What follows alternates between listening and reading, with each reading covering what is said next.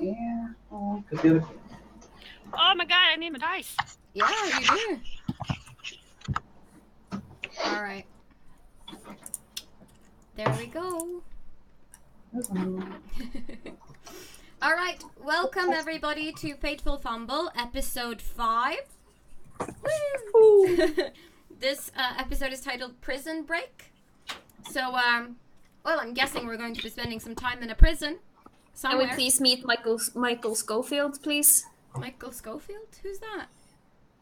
The main guy in Prison Break. Oh, okay. See, I didn't get that reference. I haven't seen that show. Too Anyway. bad for you. I can't believe you didn't get that reference. I've never seen Prison Break. I don't really like prison shows.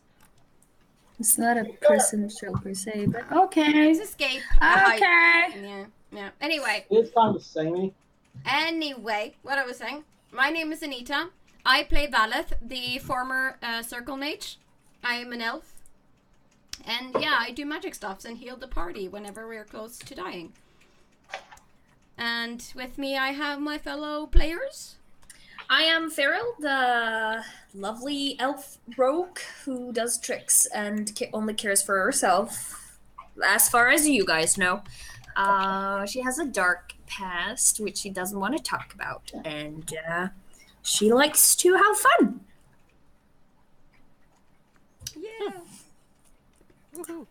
I am Ness, escaped elven warrior with a quite grim past, hate humans viciously, and don't hesitate to murder them brutally. Yep. That sounds good. Also, we have our wonderful game master, Rick. I play everyone else. Yeah, he plays everyone else. He has a big job. So, Let's see if I can boost the sound. Yeah, that would be great. And when you're done boosting the sound, maybe you could tell everyone who's watching a little bit about what we did last time, and get people geared up for what's going to happen now. Yeah. Well, we have a crazy Pugnog. Sorry. Yeah, he's playing with his ball. Aha, that's the sound of a pug playing with his ball. A happy pug. I need to get... Oh, she's got muted it. Yes, last time we saw our heroes trying to acquire the first asset, the first extra help or companion, if you will, or for the new spy cell for the Kestrels. This person was known as the Apothecary, and I wouldn't. You know what? I'm not going to tell you the secret of the Apothecary. You're going to have to watch that episode. So there, stop crying. But on the way back, they realised that something had happened. I found out from the handler, the agent Adar, that there had been some sort of mole back at Haven, and the Haven had since gone dark. Something's happened there. News is that it's been destroyed, but he's convinced that basically the team can't trust anyone back at HQ. So he sent back what was known as a bloody page, which is essentially a letter saying we're running away, we're giving up. Here, by the way, here's some blood on the page. If they get that, they understand immediately to disregard anything on the actual message. And basically the Kestrels are going alone. They're going lone wolf to maintain their own security. So you guys are on your own now. Now, in the last episode, we saw our heroes jumping on a boat and apparently leaving Ostwick before doing a full U-turn and coming back. So your enemies think that you've gone or that you're dead, and you haven't done either. So with news that you have a potential sponsor and the nobility of Ostwick, you just have to rescue this person's grandson. And this family is known as the Trevelyans, who are known for being quite temperamental and hate each other's guts, basically. But the deal is, if you can rescue this grandmother's son from the Ostwick's prison, then you will get a sponsor and a new base of operations deep in the city. Yay! Yeah, Awesome. I, however, I promised myself a cup of tea, and I'm going to get myself a cup of tea. Okay, so that's fine. bear with me. We'll allow it. Tea. Right. Also, in the meantime, welcome to our viewers. If you have any questions or any comments that you want to share with us during the show, please feel free to leave it in the live chat on YouTube. We will be keeping an eye on it and chatting with you guys throughout this experience as well. Ooh, Greta is watching us sneakily. I'm not sure what that means, but I like it. Makes me all tingly inside. Oh, yes. Alright, so are you guys, do you feel prepared? Yes, I've got my coffee, so I'm ready. Awesome. Yeah, I got not coffee, but you know, I got lite god uten. Cause you know, and I got this cup that kind of looks like Ness, broody and stuff. And I've drawn Ness. I'll try to, at least. It looks really cool. Resita says the Trevelyans, they sound lame. Well, All stems. We should just call her Akalia, because she's gonna, you know, comment as Akalia today. yeah, pretty much. Yeah. Watching. Greta's supposed to be doing something else, apparently. So, So we won't tell if you don't. Incidentally, you may notice I'm sporting Rocket Raccoon today. You haven't seen Guardians of the Galaxy 2. What are you doing? Watch it later. Obviously, you're here. So. Hey, if you sponsor the movie ticket for me, I'll go. But I'm broke. Oh, my sweet summer child. Exactly. Also, for you guys who haven't watched the Fateful Fumble before, we have a drinking game going on. Yes. Doesn't matter. Doesn't have to be alcohol. Can be whatever you want. Tea, soda, Coffee. Coco. But basically, whenever Rick has to look through the rules, you have to drink. In this book. Yes, the Dragon Age RPG book by Green Ronin. And if my character Valeth says something condescending or starts a sentence with, well, actually, you have to drink. It's pronounced. Yeah. Hashtag Hermione. Hashtag Hermione. And if Cyril, Sunniva's character, rolls ridiculously high rolls, Like this. yes, like that, you have to drink. And whenever Tonja's character Ness murders someone brutally or says something that can be construed as sexual innuendo, you have to drink. And we will remind you when you have to drink too. Yeah. Yes, we do this. And also, if you want to read the rules, they are on our Facebook page over at Fateful Fumble. We are also on Instagram and, of course, here on YouTube. Just search for Fateful Fumble and you'll find us. And also, check out Betrayal Raven, which is our sister channel, who hosts the Bloody Stags and the Fateswain, which are two groups who play in the same timeline in the same universe, and it's awesome. So go do that. Go check that out. All right. But after you watch this. After this. Yes. You're here Us now. first. Yes. For hours. Don't you dare go anywhere. Okay. So I'll just leave the reins to you now, Rick. Take it away. The reins of a rather staggering pony. Good stuff. We left our heroes on the boat, this quaint little trawler, which has done a complete U-turn while apparently leaving the coast of Ostwick on the waking sea. After doing the U-turn and finding out the new mission about raiding the prison, you get a chance to research a little and learn a bit about what the hell this is all about. Who is Trevelyan, and what is this prison that they keep talking about? A lot about Ostwick, some of you aren't familiar with. Cyril, we do know that Cyril's had some dealings with the Carter, which has a presence in the city. But we'll get back to that. That's for another episode. But you guys would mind, let me see, it's going to be cunning history. What did you say? Cunning history roll, please. I will accept if anyone's going to research. Where are all of my cards? I had them right here. I got no cunning. I have research. I have research too. If I you have research, one cunning. Mhm. I have one cunning and nothing on the other, stuff. Alright, let's see. That's 36. 4, 9, 10. But you said if we have research, then what? Yes, Do you've you also use got talents as well, which is always useful. But the focus for research is very useful. It gives you a +2 to the roll. Okay, sweet. I rolled a 16. Well, of course you did. Yes. For once, I rolled high. Woohoo! There was much to roll. Of course. The good stuff. Nice. Yeah. I just got the 10, so that's... So this is the perfect time for me to say, well, actually, House Trevelyan, as some of you might know... Feral's You know too what? occupied puking because she's sick of being on the boat. She's seasick. Yeah, I'm making her sure. seasick. That's what I'm doing. I am going to do something beautiful here. Hold on. Okay.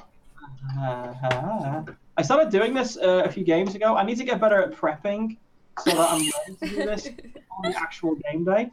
But Yeah. I like it because then you don't have to hear my voice all the goddamn time explaining all the goddamn things. Yes. It also gives us a chance to really get into character too. So that's Yes.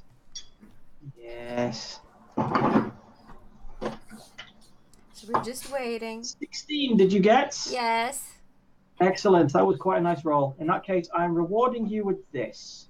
Also, I have a talent in lore. I'm a master in lore, actually. You're a master. All right, we'll give you all of it then. Yeah.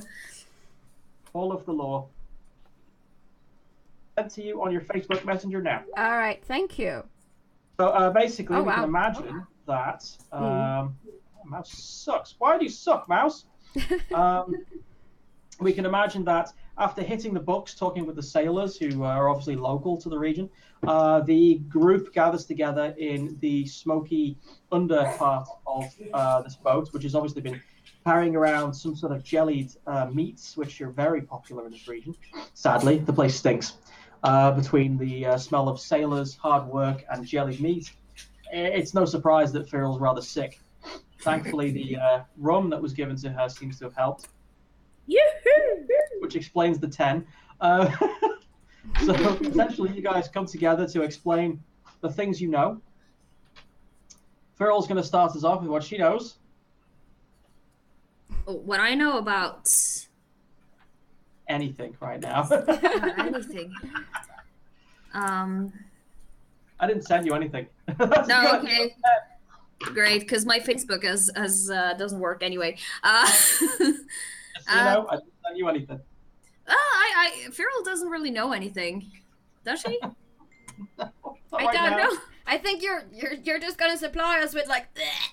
All right, yeah. I'm just like I'm just talking like that because I'm rather drunk, and the thing is, I'm just thinking that this all doesn't make any sense, and I don't know what we're doing anymore. I'm actually speaking as Feral right now because this is what she's doing. We got it. Right. She's just talking nonsense, drunken talk. That's it. Yeah. Tries to, reveal her heart, but does fail at it, and she doesn't really say anything. Poor baby. Feral is a shadow of her former self, crooned, crooked, this little slip of a creature who is currently rocking back and forth, making these weird little every now and then, because the contents of her stomach has vacated the premises, and right now she's running on empty, but trying all the while to empty even that. And as we all know, you can't throw yourself inside out, so what we're left with is the roof phenomenon, which, if you're not familiar with Jasper Carrot's work, is essentially when you've got nothing to throw up, you make the sound roof. I know I have done that once. Oh yeah. So painful. Dry heaving is what that is. There is much All right. So. Or you could actually say asterisk throwing up in Elvish. Yes. Okay, so Valeth is sitting next to Feral and stroking her back and it's okay, sweetie, it's okay. Would you like me to tell you what I know about the Trevelyan to distract you? Valid isn't listening to her hushing because he can't hear it. She's too busy, like, getting into her story. So, actually, the Trevelyan family is a really big, noble family in Ostwick. And the guy we're saving, he's been thrown into jail by his father, the ban, because he's, well, a bit of a wild child, I guess. He's been rocking the boat, so to speak, which is, you know, kind of funny considering we're on a boat. But, so... So the lady that we're supposed to be working for is his grandmother, Lady Trevelyan, and I think she's the only one who actually likes him, it seems, as far as what I've heard. And now the prison structure of this keep is fascinating. It's built underwater in a cave.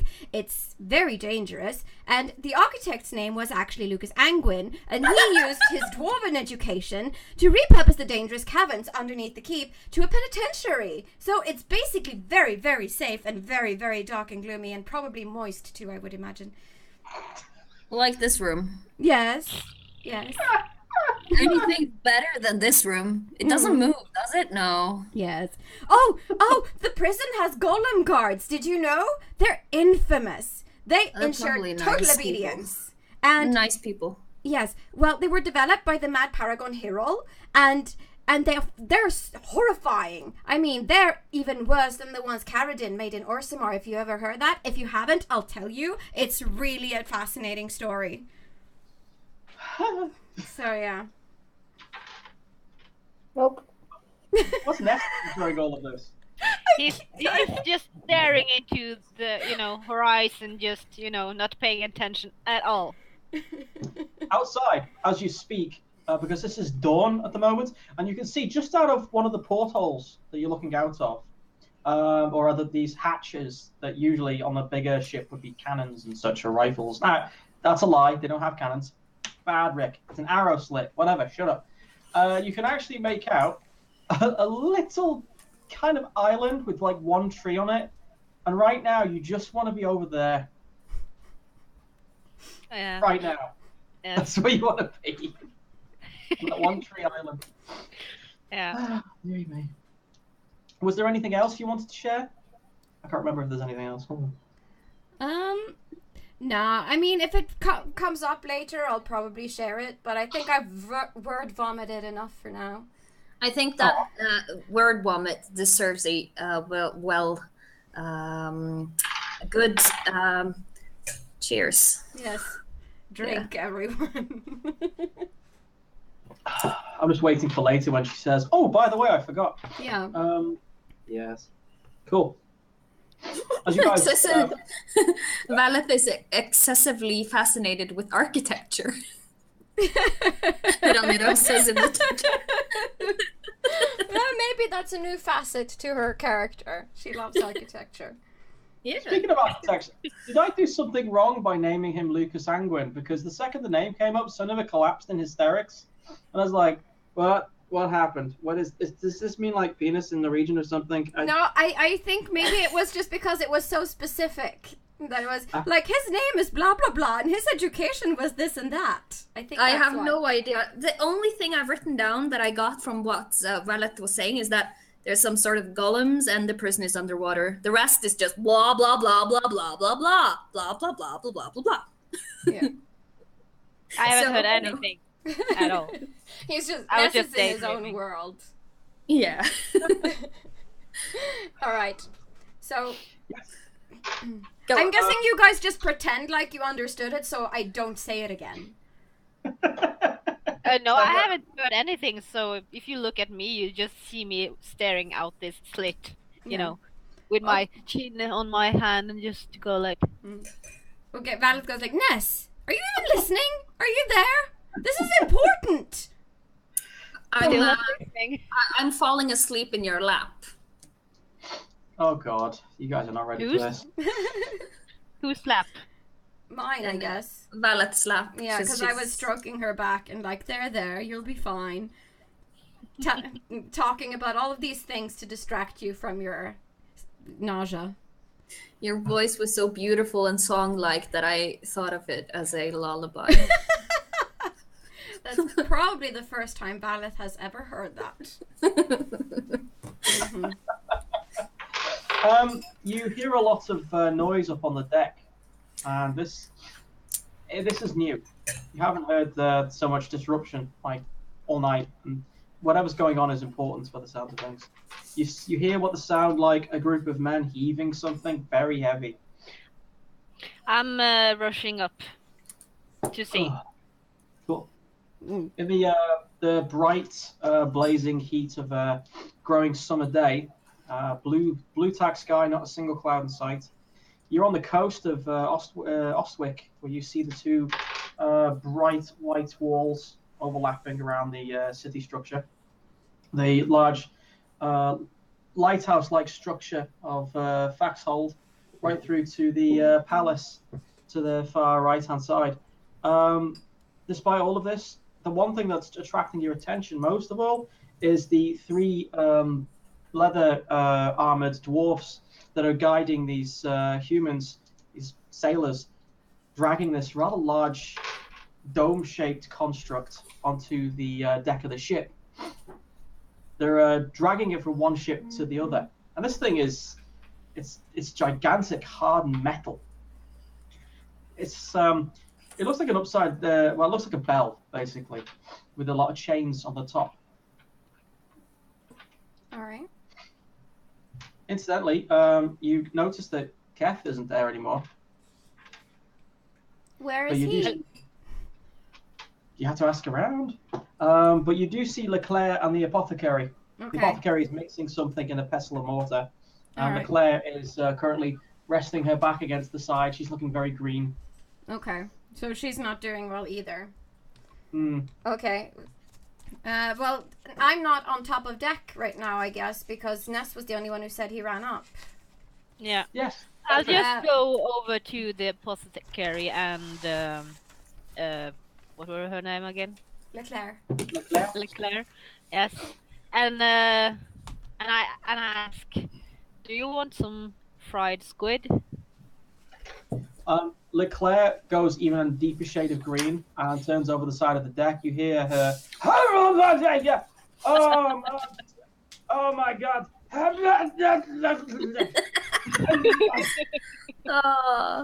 Turns around to you with what looks like a viscous material coming down of her mouth as she wipes away with a wet sleeve. It looks like she's been doing that quite a while. And then from one of her satchels, she pulls out what looks like a rum flask. And pops the cork and then starts drinking again. Thank you for that. I made some room. The apothecary looks at you and then goes, then goes back. Yeah, I can see you've got some room now. What's going on up here? Apparently the Carter are going to loan us a nice little bell. I expect we're going to hang it from the big rooftop over there and ring it, telling everyone we're here. Okay. Excuse me. Turns around again. White pop.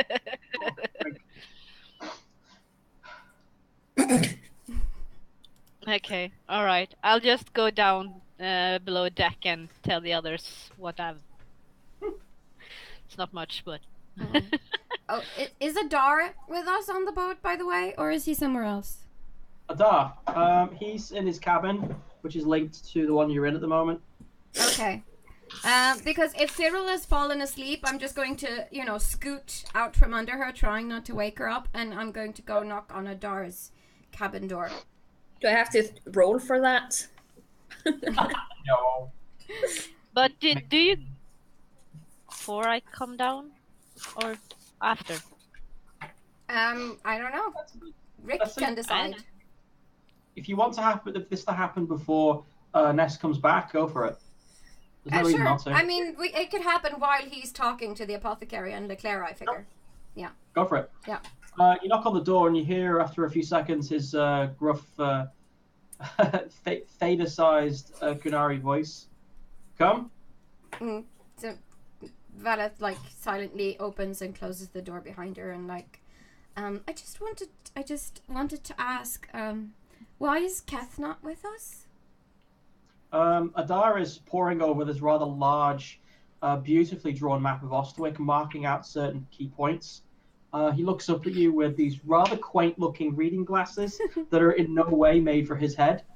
In fact, he's had to bend them so they hook around his horns instead. Blinks a few seconds, moves the glasses up. I don't know. He just said he needed to go and what was it he said? He needed to go and sort out some affairs before he came back. Affairs of the heart, he said. Oh, okay. That sounds serious. Right. I was just afraid that maybe we had left him behind, or maybe he had left for good or something, and that... Oh, no. He assured me he was coming back. He just needed to finalize something, do something. I don't really know. All right, thanks. But just to she just wants to move the subject away because Keth is kind of like difficult to talk about for her. So so she's just going to ask instead. What's the plan? How are we going to do this? Yeah, sorry, everything's going so quickly now. Basically, we're getting a contraption from the Carta. It's an old dwarven instrument they used to use to mine in underground lakes and such. I don't think I could have acquired this on my own. Apparently, the Lady Trevelyan has got substantial resources at her disposal. Well, I mean, the Trevelyans are fairly high standing, so I would say that it's fair that they have some resources. Yes, but I didn't realize they would have them in crime. Oh, no. Well, that is rather surprising, actually, yes. Yeah. I'm not going to dig into that. I'm not here to judge. But the bell, as they call it, allows you to go deeper than normal. I don't know how it works, but it should allow you to gain entry to the prison. Right. So we're going underwater in a bell. Yeah, apparently. That makes me rather nervous. I would expect it does. I've just decided that Valeth is a little bit claustrophobic, so. Oh. That's unfortunate. I'm sure the apothecary could give you something to, ease the nerves. Though you may want to be able to have to use that fear to swim hard. Yes. I don't really know how to swim.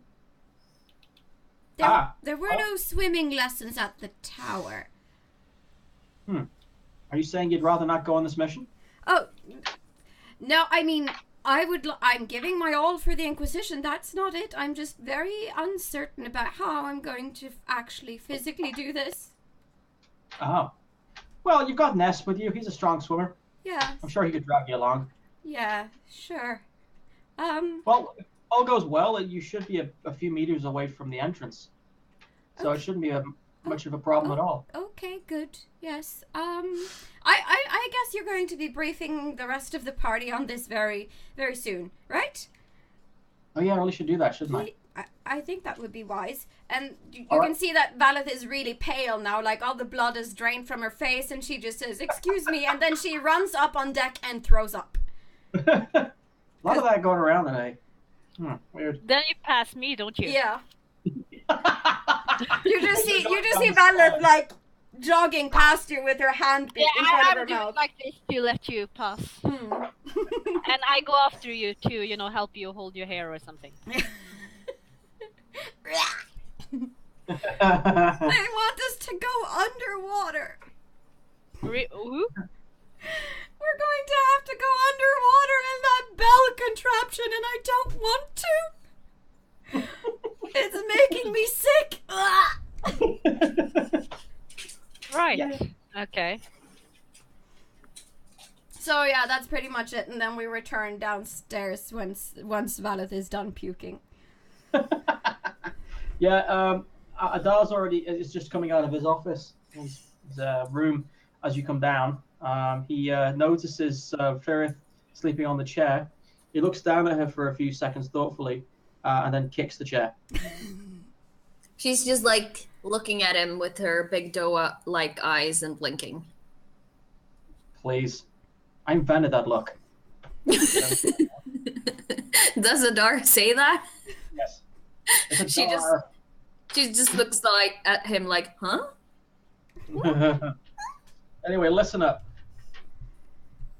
Yeah. As I was explaining to Baleth here, we're going to be using the Dwarven Bell as a contraption you basically swim into and create some sort of oxygen pocket which allows you to get deeper than normally you would be able to do so.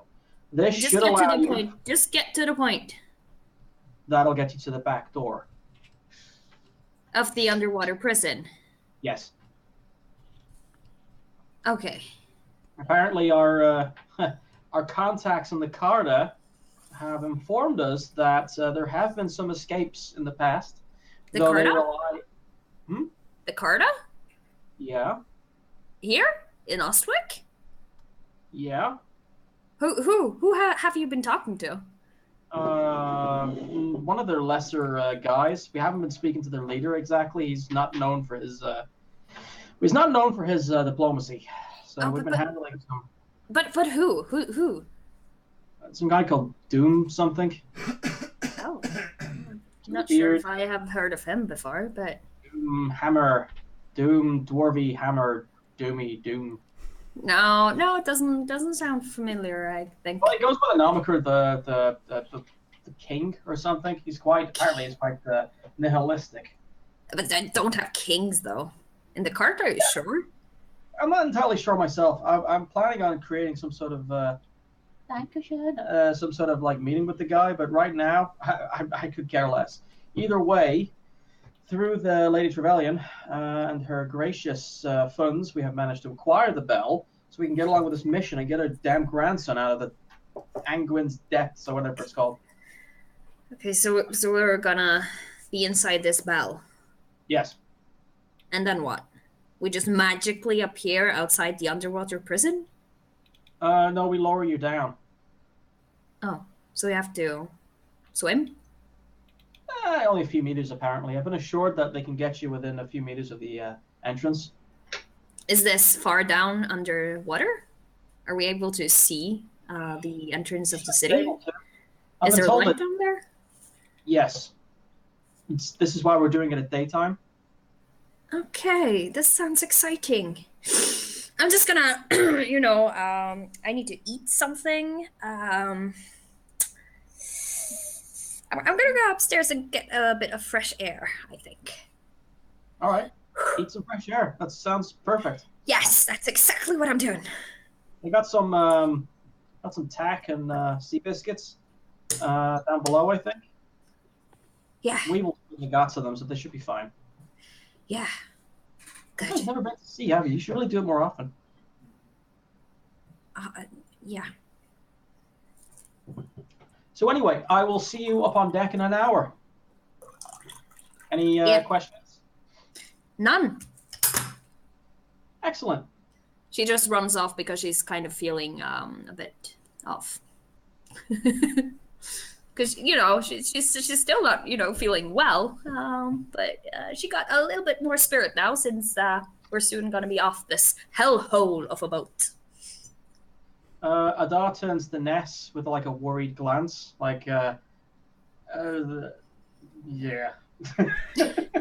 I'm sure it'll be fine. Is there anything you guys wanted to do within the hour before you get ready to go? Or you're going, basically?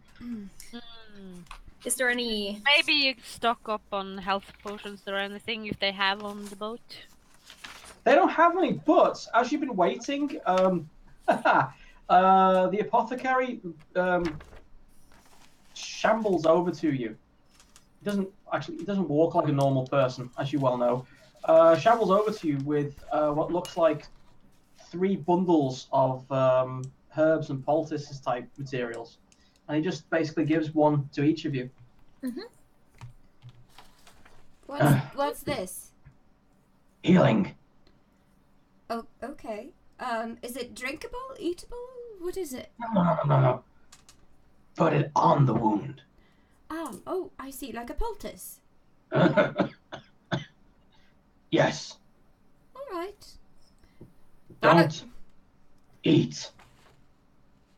All right. Valeth trusts him. He knows his stuff. So that's, she has no reason not to. What would happen if you smoke it? You maybe, if you want to find out, we can find out together. I dare ya. No. And that was how Ness created marijuana. Yes, exactly. Well, right before we go, I want to cast rock armor and make it last for 3 hours. So that's going to cost me 5 mana points. You're gonna go underwater, where you're gonna have to swim for a bit. Yeah. Okay. Yeah. I'll cast it when we get out of the water. That's a good idea. Cool story, bro. Yeah. Yeah. You need the bell. I could just sink to the bottom. Yeah. Let's see. Well, we don't really have that much, equipment. So I'm just going to bring the clothes that I'm standing and leave everything else on the boat. I think. Yeah. It does feel like one of those missions in an RPG where it's like, spend this time to equip your characters. You're like, with what? Yeah. Oh, no, Valeth is wearing Keth's silver medallion, and she brings her mirror and her rope. That's what she brings. Excellent behavior. All about Keth's medallion. That's cool. Yeah, I'm bringing my lockpicks, my mirror, and of course my weapons and my felon's coat. Excellent. Ness? You have a lot of weapons, Ness. Do you need them all? Yeah, no, I think I'll just leave my shield and maul and just bring my two-handed weapon. And I also leave my bow. It's a fair point. Underwater, that bowstring is going to be ruined unless you put it in a watertight bag, which is really hard to find. But also, we're going to be in a prison, so there might be like very tight spaces. So maybe you'd like a short, like a dagger or some other short weapon that's easier to handle in cramped spaces. Yeah. If you have any. I have my maul. That is not too big. It's one-handed, so. But just a suggestion. Yeah, sure. Yeah, fine. I'll just bring my shield and maul then, leaving my two-hander behind. Groovy. Grudgingly, I put down my two-hander and, pack my shield and maul. I leave my bow as well. If you say it's gonna get ruined, then I guess that's something fine. The bowstring will be compromised. That's why archery is terrible in rain. I don't need my short bow anyway right now, so. And if I'm gonna need it, I'll probably just pick it up from somebody I've just killed. So. That's the spirit. You're like snake already. That's great. Playing with your castle. It's fine. Jesus. Wow. It's a bad mood today. Yes. So an hour later, you gather up onto the top of the boat on the deck, where the bell has been swung over the side and is ready to be dropped into the water. The boat itself is actually facing so that the bell is facing away from the city, so that it can be obscured by the boat's side. Also, the boat seems to be moving rather quickly. You have a pair of dwarfs at the front of the ship, and one of them has his hand raised like this, and there's another one who's ready next to the bell's, the crane that's moved the bell out towards the side of the ship. This bell is heavy. Whatever it's made of, it's exceptionally heavy metal, because it's actually tilting the boat slightly to one side. As you get onto the deck, you actually find it difficult to stay completely straight, as you kind of start sliding to the right. Is there any of the dwarves there that I recognize? Nope. Nope. Fine. As you get up, though, Adar is ready. He's talking to some of the sailors. He sees you coming up. Ah, good. All right, here's the plan. You need to get to that side of the deck, and then as soon as we get called, you jump in with the bell, and then swim so you get underneath it. You need to do this as quickly as possible, because the pressure will apparently equalize or something, and it'll start sinking real quick. When you're in it, that's great.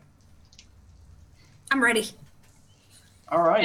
Yeah. Ness goes up to Valeth and grabs a hold around her waist and pull her, tight toward, to his side, and kind of, swing over the railing or whatever, and just look at Ness and say, do not panic. If you Yes, say And then so. he jump into the water with her. And There's an when you jump over, she goes like, Adar watches this. It's just quickly as like the feral hasn't jumped yet. He runs over and says, "When you're trying to get back, you need to pull on the chain inside the bell. Okay, that'll let us know to come and collect you." Chain inside bell. Got it. Good. And then he pushes you over.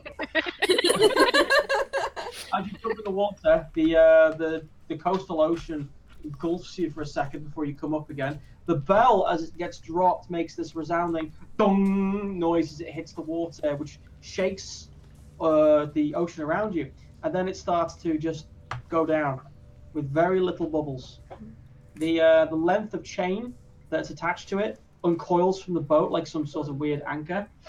And it leads to some sort of rather large leather-bound gas bag, which you can assume isn't designed to go down with it. The chain, however, is very long. It just keeps going and going and going. But you need to swim underneath the bell. So if you wouldn't mind rolling a quick constitution with a swim check, please. "Oh yeah, this is going to go so well." Constitution swimming. What's up with the constitution? Oh yes, I predicted this very well. Ah, that is a 6. It's a double, but it's a 6. Well, I got a double too, but let's see. 11. 13. alrighty. Although two of you managed to get under the bell with no problem, you basically swim down under the lip and then emerge inside the dark half of it. But Ness hasn't let go of Valeth, has he? No, I'm holding on to her. Exactly, and that's probably what saved her life. As the bell sinks, as the bell starts to sink, you drag Veleth, who is instantly panicking the second she gets into the water. Yeah. And she bangs her head as she goes under the lip, taking 6 points of damage. Who knows? Poor little thing. You have to use your healing thing already now. on your lump on your head. Yeah, I have I've got all your health points back and mana points back from last time. Yeah. I have I have 21 hit points now out of 27. So. Yeah. Yeah. Awesome sauce. Thankfully, when you get inside, you notice that there's very little light except for beneath you. Somehow, with the way the sunlight hits the water and then shines up through beneath you, it's a beautiful sight. Inside this bell, you see lots of graffiti in Dwarvish. Does anyone know Dwarvish here? Do you think? No. No. That's a good thing as well because it's pretty. It's the Carter, and they know how to swear. And judging from some of the drawings, it's nothing cultural to a point. Right. Yeah. Is it what you would find in the stalls of a bathroom at a high school? Yes, but worse. Well, you can make up. Someone's written in common. Edgar was here. You common nerf herder. That's what Feral wanted to do. I I don't have anything to write with though, but Aw. Yeah, no, I'm just, Valeth is probably just very busy sputtering and Ow. oh, can I please use my dagger to try to write Feral was here? Yes. Yes, I do that with my dagger. Ness just, shake his head to us and go, I told you not to panic. I got you. Well, I can't bloody control it, can I? But I also, of course, take the chain inside the bell, as I was told to do. The chain he was talking about is actually obvious. There's a chain inside the bell with you, and it goes through a hole in the top that seems to be covered in this gummy residue or something. You can only imagine what it does, but if what he says is correct, then pulling on it should send a signal for the bell to be raised again. Okay, right. Now, the bell that you're in, you can tell is already going down. Looking down where you're paddling at the moment, you see like what looks like a rather large black crevice or a crack in the ground that you're heading towards. In fact, as you watch, you see what looks like a rather large fish about the size of Ness swim underneath you. I point Only at one it. of those. Sorry? I point You at the wink. fish. It winks back. Yes! Roll initiative. I'm kidding. Valet refuses to look at it. She just, nope, no. I'm like, look, fish, yay, woo! Mm-mm. Just the thought occurs to you, by the way, that when will the bell stop? Because it looks like it's going to land on the ground and entomb you inside it. And then at the last minute, it stops. There is a sudden yunk where the water shakes. Something above is keeping it suspended from the ground. And you have what looks like about just a meter between where you are floating and the floor of the seabed. The water is exceptionally cold, though. It's gotten colder since you started going further down. In fact, so cold, in fact, I would like you to roll a Constitution save for me, please. I just, redirect all the cold to my nipples or something. It's okay. What? Okay. Yeah. Greg? That is an 8, but yes, drink. What, Constitution? Yeah. I got a 17. Ooh, I got a nice roll. I got 18. What did you get, Valeth? 8. I have nothing in Constitution. Me Nothing. neither. I have only one, and I still managed And also, to get a people 16. should drink because Cyril clearly rolled ridiculously high. Yeah, 2 5s and a 6. Yeah, I already But drunk. I got a double. Can I use my double to, try to provide some body heat for Valis? I don't think you need a double for that. What do you mean for you? Oh dear. Unfortunately, it won't help in this case. Although, please feel free to do it anyway. It's awkward for everyone. Yes. However, you only lose 1 bit of health. Right. You've only been in the water for so long, and for some strange reason, it doesn't seem to be bothering you. Don't say it. Don't say it. Good. I just said the cold doesn't bother you. We're still in the frozen era. Yeah. What do you want to do now? Yes, look out the window. Yes, it's snowing. It is snowing. Oh, screw you, Norway! Yeah, I know. The fan man. Yeah, I'm looking straight at it as well. Yeah. It's like, I want a second Christmas.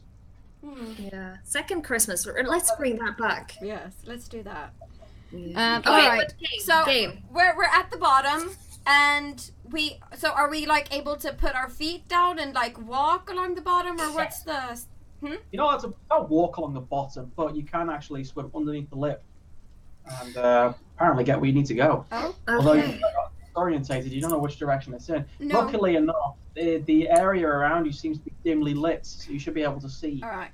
I suggest that someone who's better at this than Valeth peeks out first and figures out where it is we're supposed to go, because she's like in there like barely keeping it together, man.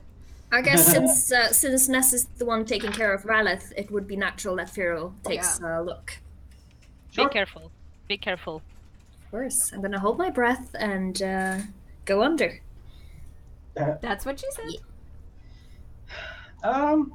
It's actually Constitution that gives the bonus for stamina for swimming. Okay. So I'm just gonna roll a Constitution.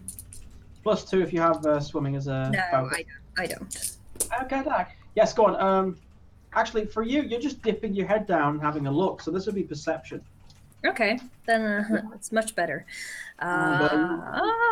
It's 10 plus 16.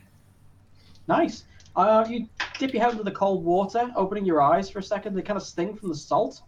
Although you manage to see blurrily around you, and you see what looks like a cave nearby going down. That sounds like the description of the gate, or the back door, so to speak. Okay. You actually managed to pinpoint the direction you want to go in. Are we far from it? You're further than you were told. So you're a good 15 or 20 meters. Okay, so we need to swim quite far for Valeth at least. Yes. Yes. All right. This is an advanced test, and how this works is you continually roll relevant tests. For example, you can roll swimming, and if someone wants to drag Valeth along, they can roll swimming at a higher toughness rating and take some of the damage on her behalf. Or you can do other things which I haven't thought of, which would help you get to where you need to go. Yeah. However, how it works is every time you roll, if you roll a success, you take the dragon dice and tell me what it is, and that basically represents how much progress you're making. And once that progress reaches a threshold, which I know you don't, then you get there, or you drown, basically. So this is like when we ran from the horses the last time. Yeah. except this time is a horrible watery death. Yeah. All right. We're gonna do it. I'm also looking for any movements or animal things or anything dangerous in the area. Not here. In fact, as far as you can tell, you've gone further down. That crack that you saw, the crevice, you seem to have gone into that. So you've actually gone farther down than anyone probably else has at this point. Although the seabed is mostly just sand, you do make out some crabs and things. I hate crabs. Me too. It's the worst. Okay. But nothing that looks like dangerous or nothing that looks sharp or edgy or anything that... There's no cetus, no sharks, there's nothing like that. Awesome. Then I put my head back up into the bell. Yes, push. And I inform the others, we have to swim, guys. Are we ready for that? No, but we don't have much choice now, do we? Do you think you can make it, or should I, or will you? You're holding onto my back and. There's actually there's a distance. We have to. It's gonna be hard. It's gonna be tough. So, the best thing I would suggest if Valeth is feeling a bit not too good with swimming is that you probably have to help her, Ness, or we have to help her at least. Yeah. But Valeth, if you hold on to my back and help, paddle with your feet, it might be a bit easier for me, perhaps. Okay. Oh, all right. I'll try. Valeth. Just don't. I mean, I don't think it's possible to choke me when I hold my breath, so you just hang on tight. Also, Valeth, how good are you at holding your breath? Well, that's a difficult question. I've never really tried, so I don't know. You just have to take a really, really, really long, breath. Hold it, and then swim with all you have, with all your might. Right, yes. Yeah, and if you ever feel like, if we are not, able to go the distance, and you feel you're starting to, feel the urge to gasp for air, stop paddling. Just concentrate on holding your breath. And holding on to Ness as he paddles. I will swim behind you, so I will make sure that I will help if anything happens. Yeah. Also, it looks like an easy swim. I could only see sand and some small pesky crabs, nothing more. So nothing there's dangerous. No seagrass or rocky bottoms on? No, only sand. But if it were, then I could use some of that to, drag myself. Let's just do it, because she's cold and she's scared, so she's kind of like already kind of gasping for her breath. So let's just do it. Take a few deep breaths before you hold your breath. Okay. Not shallow, deep. All right. Breathe with your stomach. Breathe with your stomach. Right, and she breathes and holds her breath and go. Okay. Can I just do one thing that I just want Valeth to relax a bit more? I tell Valeth to close her eyes, and can I roll like a persuasion roll to make her kind of this meditative hypnosis like speak? you know when you say like, imagine you're at a beach or the place that you feel most safe. You're taking a hot shower and you're totally relaxed. Relax your shoulders, relax your body, just to make her. Sure, roll persuasion. Yes. Persuasion. Which one was that? Communication. Thank you. Communication. No, I know you can't do so.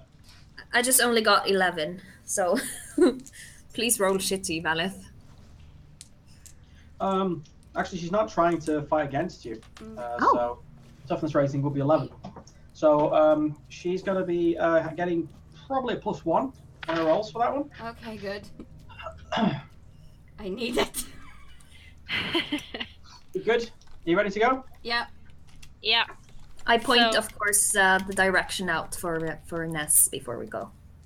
Cool. Yeah. I'm going to start a timer, which you can't see, and click. Awesome. If you guys would like to roll your first Constitution test, please. +2 for swimming, and +1 for Valeth holding your down breath. What was your score, first of all? 14.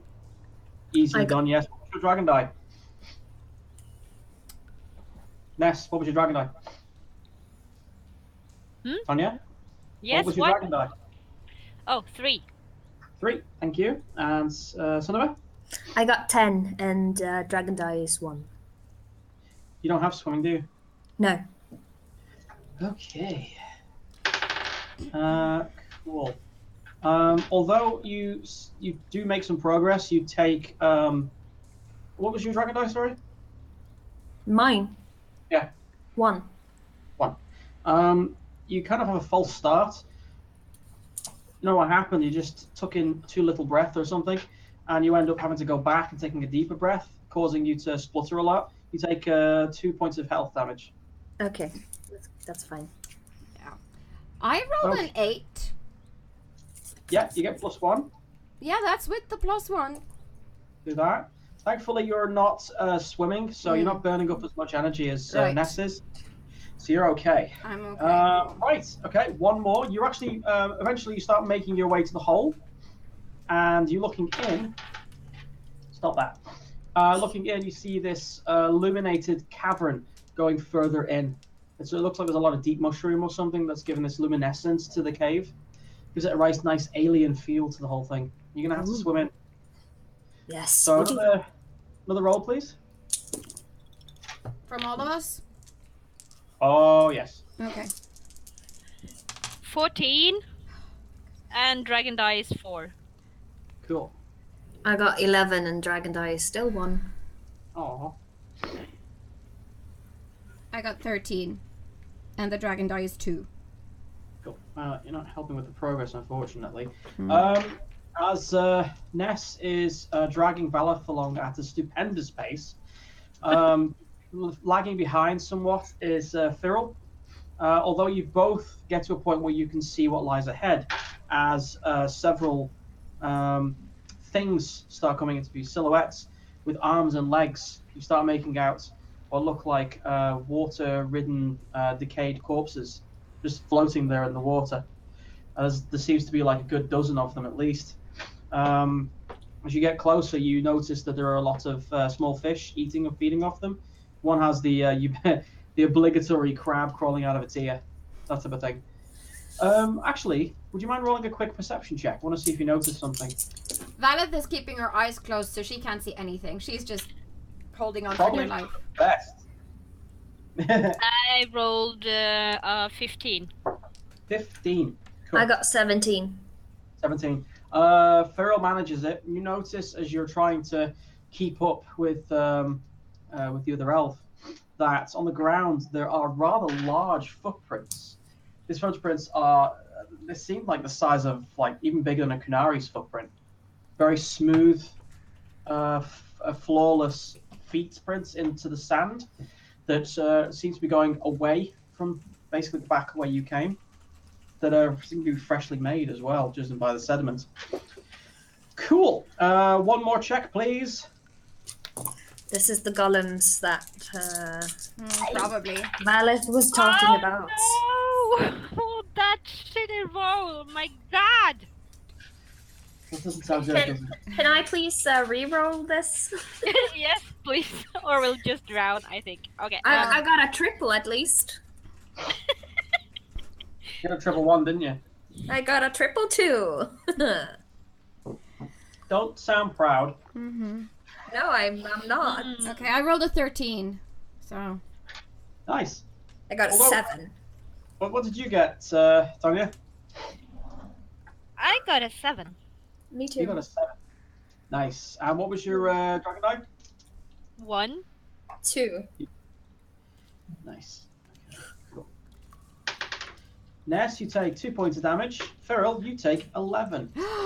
Your Still way fine. forward starts getting more encumbered by the fact that you're running out of oxygen. There are corpses around you, some of which are in a terrible state, horrific state. And as you get closer to what looks like a shimmering surface of the back door that you were promised, you notice, or you make out rather, lots of hooks, rather large metal prongs coming out of the ground around the cave at random intervals, with the hooks facing inwards. And now you start to understand that people who've tried to escape through this hole have had to contend with spikes facing their direction as they swam, and that is the fact that they probably would never make it, not without a bell, at least. You finally make it to the edge of the actual pool, drag yourself out of the water. Now, the room you're in, illuminated by the deep mushrooms underneath, is a bit of a rustic, typical cave. There's no man-made elements here at all. Although there are a couple more corpses littered around. Some of them look like they've succumbed to the cold of the water or something, tried to swim back and then just frozen to death. They don't seem to be wearing much clothes either, so that would probably indicate that they're all prisoners. The only thing you can hear is is Ferrell's hawking and panting, because she seems to have swallowed a lot of water. Incidentally, the damage was penetrating, so your armor doesn't prevent drowning, unfortunately. In fact, in some ways, it kind of helps it. Yeah, but you're finally on the other side. You're inside the prison, presumably. Right. So we're all we've all come through the water, basically. Yeah. Yeah. I okay. go over to Ferrell and, pat her gently on the back and, support her. Are you alright? Mm. I think you have to be more not so gentle, because I'm just like... Okay, I smack you a little bit harder to, help you get the water out. Thanks. Yeah, no. I'm fine. Good. All right. Lilith is like, I don't ever want to do that ever again. That was awful. Well, we have to get out of here, I guess, the same way. Oh, so. God. Well, Oh, Sam, okay. we'll have to do it again. practiced. We know how to do it now. Well, maybe you do, but I don't. Shh. Don't say that. You gotta look positive. Fine, let's just figure out where this Trevelyan person is and get him out so we can leave. Do you need to rest first, Ferrell, or? Nah, I'm fine. You sure? Yeah, I'm just like shaking like a dog just to, get the Yeah, blood well, off. I know you don't like to, admit your injuries, so are you sure? Yeah, I'm not bleeding, or am I? No. You don't have to be bleeding to, I'm fine. Okay. Yeah. Ness doesn't believe her, but okay. I'll let it go.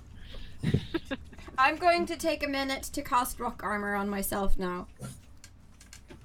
What?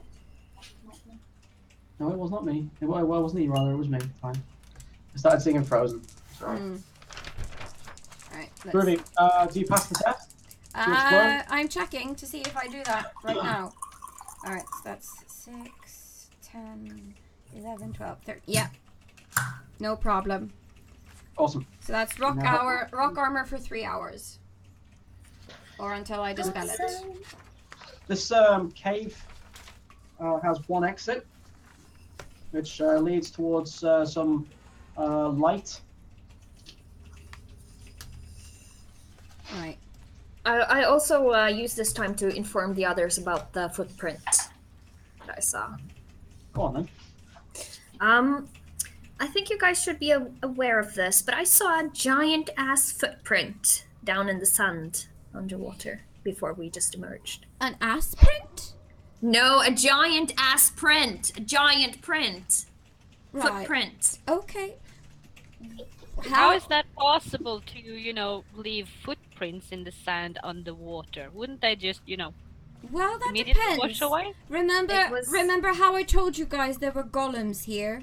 Yes. Yes. That's what I was thinking. That might be it. How big were they? Well, that's the problem. I didn't hear anything of what you were saying, so. Right. Well, pay attention next time. Maybe you'll learn something. Condescending. Suddenly, Ness is, drifting away into dreamland again. Mm-hmm. Okay, guys, we need to be on it here. Ness! Yeah. Wait, I'm awake. Yeah. Pay attention. There's golems here. We need to be aware of our every move. Yeah, which Don't way you do were that. the front footprints leading? That's the weird thing, because they were, it seems like it was walking that way, and I point the direction that the footprints were walking. Outwards. Well, Outwards. I would say that we should be quick. We should be quiet, and if we can avoid it, let's try not to have a fight happen in here because there are plenty of guards and golems, and I'm not sure we're equipped to handle a big fight right now. We just need to get him out. Yeah, we need to be sneaky. We need to get our stealth on. Firo is very excited about this mission. Maybe you, Firo, should scout just a few feet ahead of us. To, I have I can scout. I have my mirror if you want to use it to look around corners.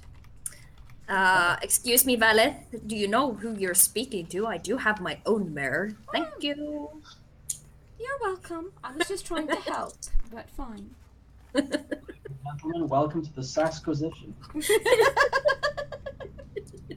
you join the Shade Wardens. It's fine. Groovy. So who goes first? Me. Roll Firo. Stealth? Yes. Prepare to drink, people. She's about to blow a winder. Yeah. Play a blinder. Jesus. I rolled really shitty, but that does not matter because I have 5, 6, 7, 8 on stealth before rolling, so it's 14. Of course it is. Cool. Yeah. You go ahead. The tunnel you're going in is quite... It looks like it's been hammered through by something rather large. There's still bits of rock on the floor. It's collected dust, but it does look like this was blown through by a rather... Well, there's no signs of explosions, but something made this hole.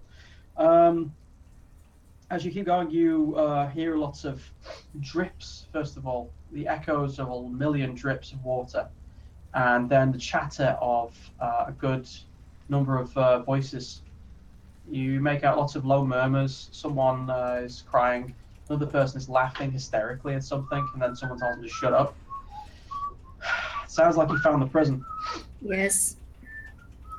You come to a opening, and before you is this humongous cavern, this really large open space with stalagmites coming down from the ceiling. Stalagmites are the ones that come down, aren't they? Yes, they are.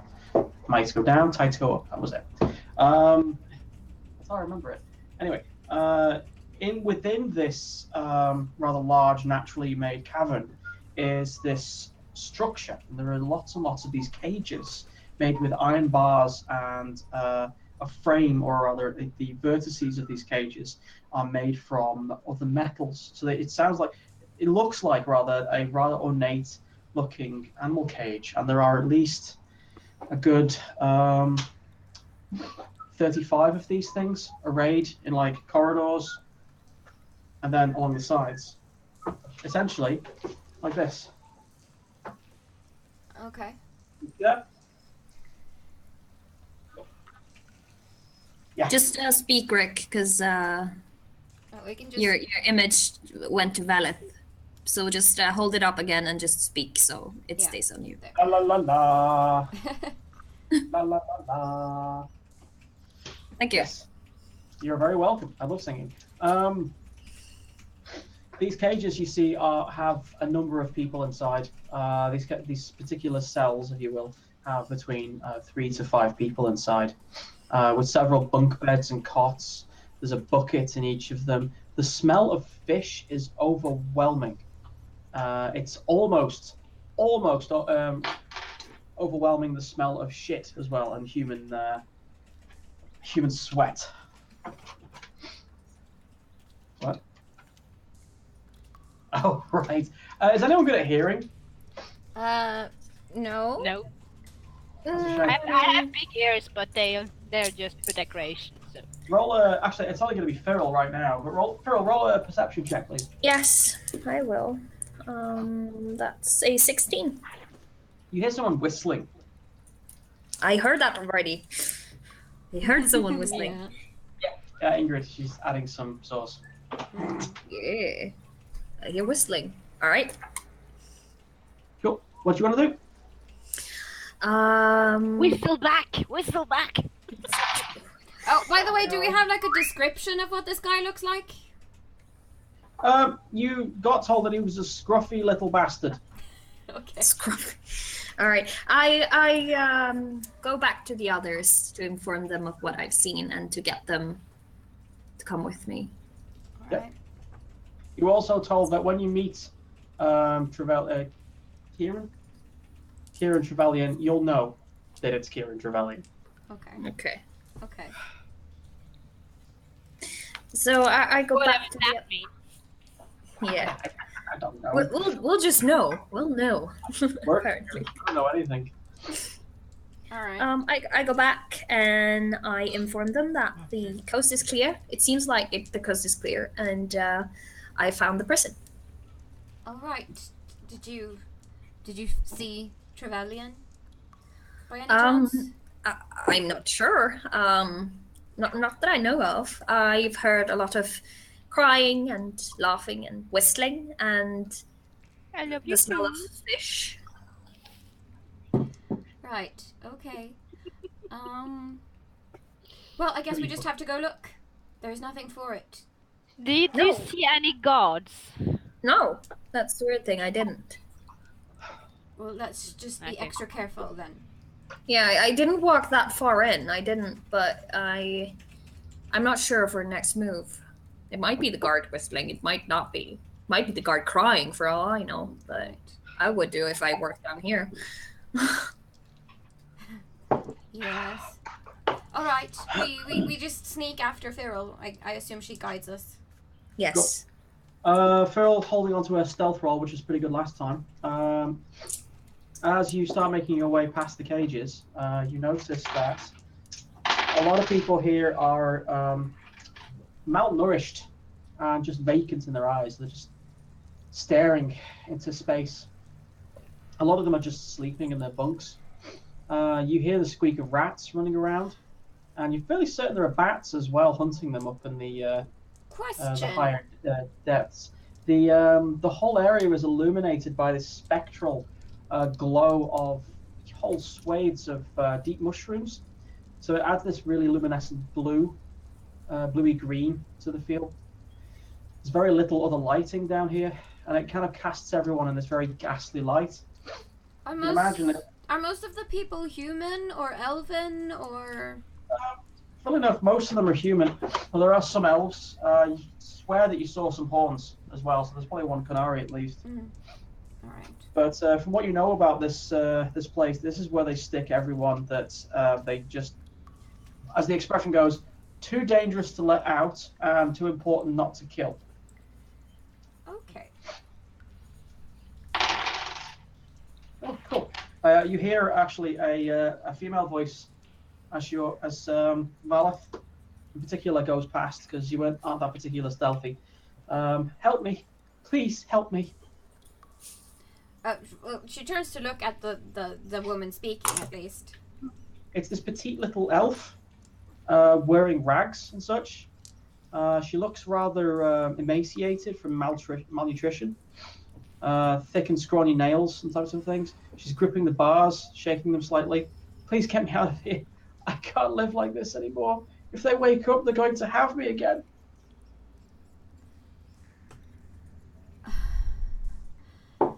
Please. Do I notice that Valeth has stopped? Well, Yes. Yeah, she's like her heart is breaking right now. She wants to help, but she has no way of doing it right now. I mean, I grab Valeth by the arm and I drag her with me. but Valeth, how could she possibly escape from here? I mean, she does not have any ounce of strength to escape this place. But Do you want to feed her for a month to get her strength back? You guys need to be quiet, say as little as possible, and we have to keep on target. That's the most important thing by sneaking. Don't let anything but the mission distract you. Not even this. Well, Look at this as a game. This is only a game. Okay? Valeth nods, but you can see that her lower lip is like quivering, and she's trying really hard not to cry. Like they're like glinting in her eye, in the corners of her eyes. Like, okay, but Okay, this happens when Feral sees this. I slap you in the face and I say, "Skärpings." I don't know the English word for that. Get yourself together. Yeah, Grip. I don't say it, but you can see that's what I That's the mean. intent. Yeah, I don't slap you hard. It's just like a little Like, wake up. snap out of Why are it. you talking about me like I'm not even here? I don't belong down here. I just refused. I refused the nobleman and now I'm here. At least put me out of my misery. I go up to the cage. Yep. And I'm surrounded by idiots. I'm not saying anything yet. I'm just looking very stern at her. Yeah. And say, whisper, you have no chance of getting out of here alive. If you want me to, I can end it for you now. Cool. She looks at you steely-eyed and then steps forward. So you're like, if you put your hand through the bars, you could probably stab her in the chest. Yeah. You I'll gonna do that. that? You gonna try and roll dexterity, please? What? Roll dexterity. Dexterity? Yes. Valeth is like Right. looking at this with like horror on her face, like, no, don't do this. What do I add anything? Just dexterity? I make you not look at it, Valeth. I place my hands over your ears and I try to occupy you with something else. My pure dexterity roll is 9, 12, 15. 15? Yeah. Ooh, shit. Awesome. Cool. You calmly bring your knife up to make sure that it's a good, clean kill. And as you lunge out, she steps to one side very, very skillfully and catches you completely off guard. With one swift hand action, she back palms the flat of your hand, grabs the wrist, and wrenches the knife out of your hand before trying to stab you in the throat with it. Yeah, that will get you out, bitch! She gets you for 16. Does that hit you? 16? No, I've got 17. Cool. As she tries to lunge at you, you manage to step back just in time as she starts swinging back and forth with your dagger, cackling. No, let's do this again. I can do it better this time. Come on. I'm sorry. Please come closer. Can I bite her in the arm and grab the knife from her and shove it in her eye? It's going to take a few rolls. I'll do it. Though, she kind of backs away from the actual gate, and she turns to one of the guys that she accused of obviously taking advantage of her several times. She kicks one of them, and you hear him stir with like a murmur, like sounds like someone crying. At which point she starts stabbing him in the guts.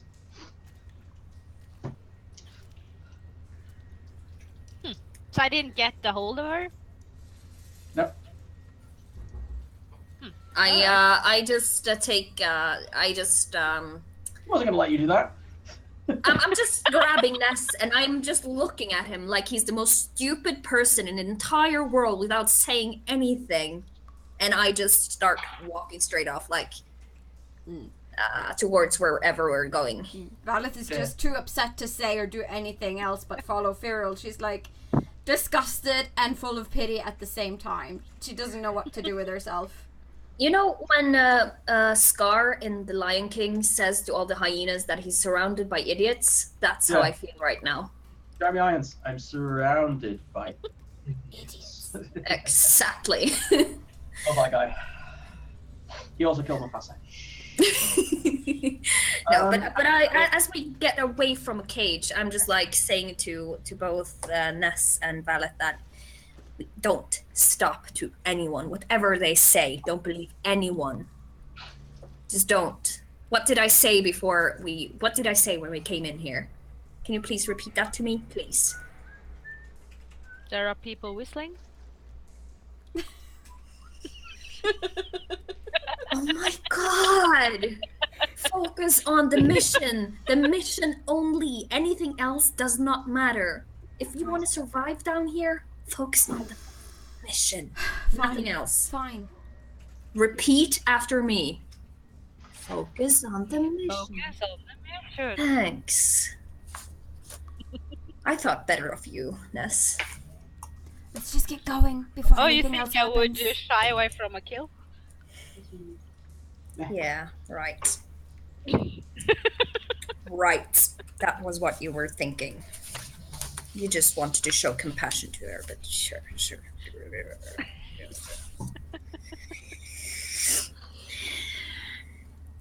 Okay. So we move forward. One dagger poorer. Well, I'm getting that dagger back, believe me. Yeah.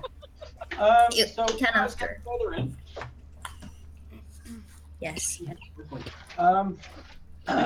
As you get further in, you notice that there are actually stairwells going down. Although, judging by the flittering shine of this glow, it looks like these lower sections are flooded to a point. So, hopefully, the prisoners downstairs got out before it did happen. You don't know how long ago it happened, but the lower levels in this place are troublesome at best. The whistling gets louder. And of all of the people that are in here, misery, vacant eyes, dead inside, or murderous and everything, there's just one whistling whistle cutting through the darkness. Could it be that easy? Sure, let's go for it. It's the only thing that stands out, so... As you get further along, you make out a rather scruffy individual wearing what looked like once noble attire, which has been recently torn, cut, dirtied, who seems to be rather happy to a point, although the amount of fish around him indicates that he's fed up of the seafood. At this point, I'd like to introduce guest player Ingrid, who will be playing Trevelyan.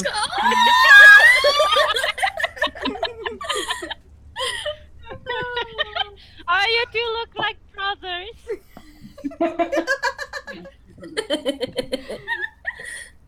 So cute. It's not the alcohol in the world to get me through this.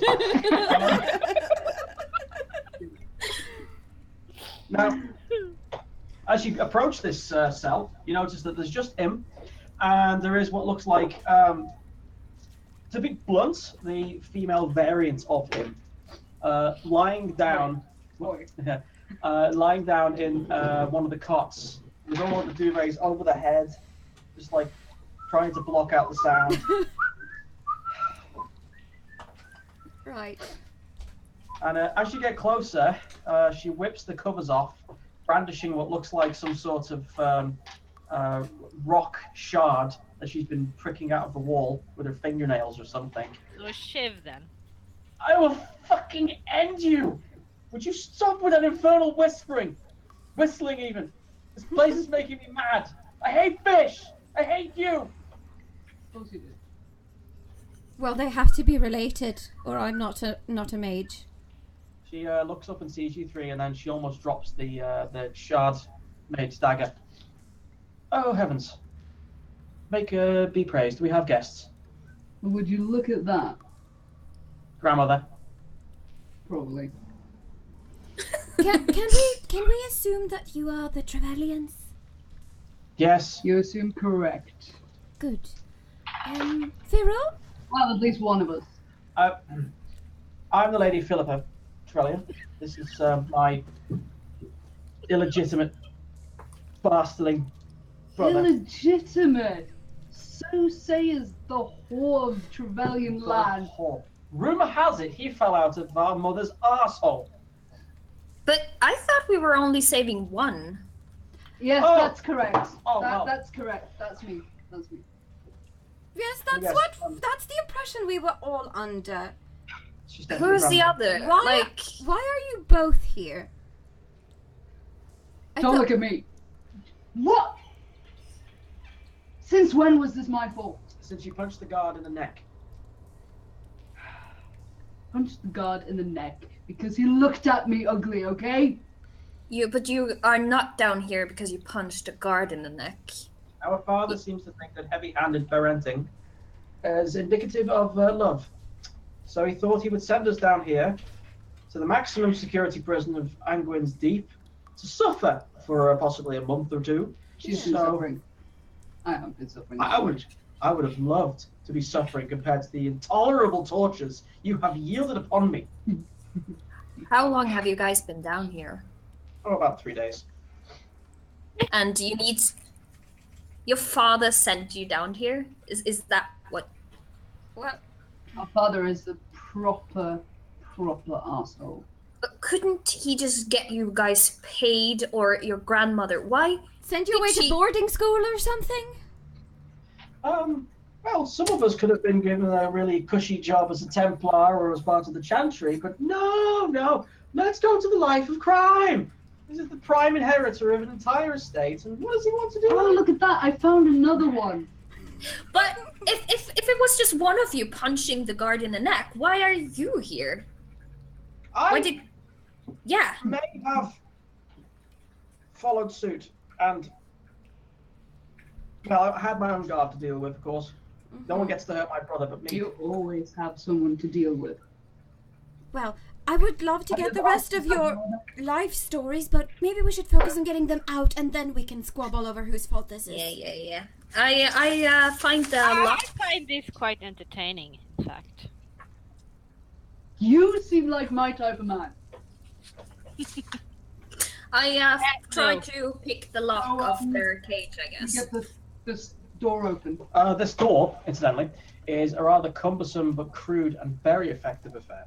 It's seems made of iron with a rather large key hole that's designed for bigger hands, obviously. However, a keyhole means a lock, and a lock can be picked. I have lockpicks. You do indeed. Alright. And I also have the lock-picking focus, so this would be probably an easy matter, I guess. Or not. Who knows? Don't jinx it. How many minutes is the warden left? Are you asking me? 3-4 minutes. Calculating. I've been too focused on bothering the shit out of you. Yes, and drinking the last of the rum that you smuggled in. You could have smuggled in. I got a 20 on my roll. Drink! What was your dragon die? 6. Oh, interesting. And it was a double. I don't know if that matters, but probably not. No. However, the 6 really helps. Your lockpicks, you immediately found it quite too small, but you get around it by being very careful. In the way that you mess around with the mechanism, you actually find that you can do it easier with your fingers. The only trick is that you don't break your fingers off in the mechanism. However, as you're doing this, you realize it's going to take you a bit of a time trying to push the tumblers out of place, because you're having to move a lot of heavy mechanisms than normal. And a bit of pressure gets put on as you hear suddenly a lot of water displacing as something large and heavy comes out of the pool. From the stairs that were submerged in water? Oh. crap. I don't suppose you can work under pressure. Ness, can you see what that is? I'll carefully peek around the corner or whatever. Cool. Yes. Roll a stealth. Stealth, that is what? 630? That certainly is the 13. 13. Mm-hmm.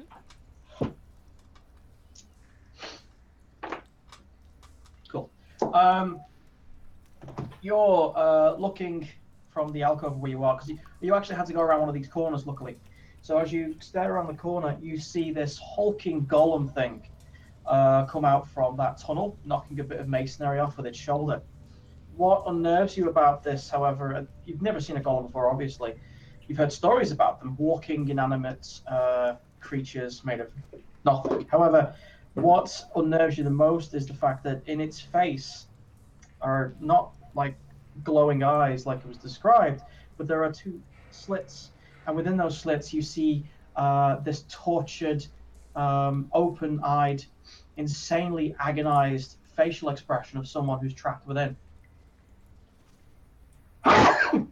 Bless you. Gesundheit.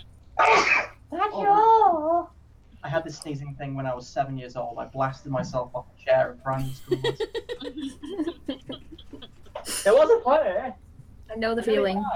I do. Yeah. Okay. Does it seem to be coming towards us Yes. quickly? Very slowly, mind you. Very It slowly. seems Okay. coming towards you with a rather large net of fish Okay. that are flopping. Okay. I quickly but still carefully make my way back to the others to, inform them. Hey, guys! There's a golem coming this way. We should get a move on. Right. Yeah, I'm doing this as fast as I can, but I cannot really rush it. I need to keep my Okay. concentration. Valis, stay back here with Fyril. I'll hold it off if it comes too close, and I go back to the corner. Oh, Fyril, roll a lockpick check. Nicest. Because, then again, too many cooks. Valeth tries talking to the Trevelyan's like, so how are you doing? Are you fit? Are you capable of swimming? When we get you out of here? Swimming? How to swim? They want to go through the freedom pool, it seems. We have to. There's a bell on the outside. Now, not necessarily. I believe I heard someone talking the other night about another way out. Really? You were asleep and very drunk, as usual. Yes, we're looking for someone called the Penitent. He's one of the prisoners here. Apparently he's been here the longest, from over yonder direction there. But allegedly he has an exit, which he never takes. That is the rumour, at least. And then, of course, there is always the entrance, if you get past the other wardens, Right. Yeah. Is there any way, like, I can check her motives? Like, an insight check or something? You can do an empathy check to see if you can Alright. discern her. If she's her telling truth. the truth, or if she's, straight up. I got a 15, by the way, on my lockpicking check. What was your dragon die? 3. 12, 13. Alright, I got a 13 on my empathy check. Nice. She seems very sincere. However, you get the feeling that she's just bubbling with murderous rage underneath. As in, she's being polite right now, but as soon as she gets the chance, it's probably going to be. When it's safe to do so, it's back to square one again. Right, against her Fyril brother, is, not us. Fyril is listening too. Do she get an empathy check too, or doesn't that matter? Oh, she's too busy, I would Okay. imagine. Awesome. But yeah, you are so close now. You've gotten all the tumblers, and you're just trying to get this last one to move into place so you can unlock the whole mechanism. Yep. Well, Hear the stomping stop all of a sudden, and then the wet slop of a good 100 fish as the golem drops the net. and then it starts moving quickly towards you. Boom, boom, Shit. boom. We're getting Sorry. company. Oh well. Well, it was nice knowing you all. Thank you for trying to rescue us at least. Oh, we're not done yet. I draw my maul and shield, so I'm ready. Cool. Feral, roll one more check before the golem arrives. That's 17. 17. Nice. By the way, how close it is to the stairwell where we are now? The stairwell. It's actually on the other corridor, just in front of you. Okay, because I'm actually if it. Corridor. Sorry, the stairwell here. Yeah, because now since I haven't heard anything from those in the back or whatever, I'm actually planning to run and head on towards it and try to drag it along with me around the. You're gonna kite it? Yeah, I'm gonna kite it. That could work. Sure. First of all, Feral, what was your dice roll on your dragon eye? 1. Your dragon eye was 1. Yeah. Your dice roll was 17. cool. I know you felt like that wasn't enough, but it was just enough. Even at point when you think that I can't get this, I'm gonna have to tell them. Your thumb moves over what feels like a tumbler cog, and the whole thing slips into place. You yank your hand out just in time as the lock itself disengages. Otherwise, it would have crushed your fingers. And the gate itself starts to open slightly with a huge squeak of metal. I pretend that I hadn't given up, and I was like, easy. Yeah. Well done, Feral. I didn't see anything when we came swimming up. Is there any way we can actually go back the way we came, or is that going to be impossible? You must be excellent swimmers to come down this low. Presume you have another way. Well, we have a bell outside waiting. A bell? A diving bell. A what? It's a short way to swim to, and it will help us get back up. We heard smugglers using a diving bell. Ingenious. It's ingenious. Want to steal that idea. Excellent. Well, if we can get past the spikes and the corpses, and obviously since the golems don't need to breathe, that would be a bit of a pickle. Yes, we can try that. We're in a hurry, so we should really get going. Come on. Kieran is not wasting any time. He's just Right out. Yep. Excellent. Good luck, everyone. I will be out myself. Thank you very much. She runs off the direction she was pointing. Oh, your sister doesn't take direction very well, does she? And I'm not really sure that we were supposed to let her out, because we were not only going to save one.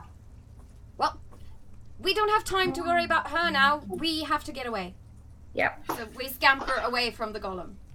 Towards She actually only goes around the corner, but you can hear her talking to someone in one of the cells.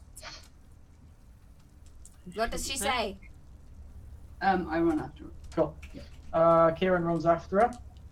As you get closer, you see this. Does anyone else follow, by the way? Yeah, or? we can't lose him. He's the one person we're supposed to rescue. So Yeah, he's our we run objective. after him. Hey, no! And then running. What's Ness doing at this point, by the way? I'm, running around the cells with this golem behind me, slamming my shield. Come on, get me, and run away from it. Or I try to, at least. What's your movement speed? I don't know. Wait a minute. 14? 14, nice.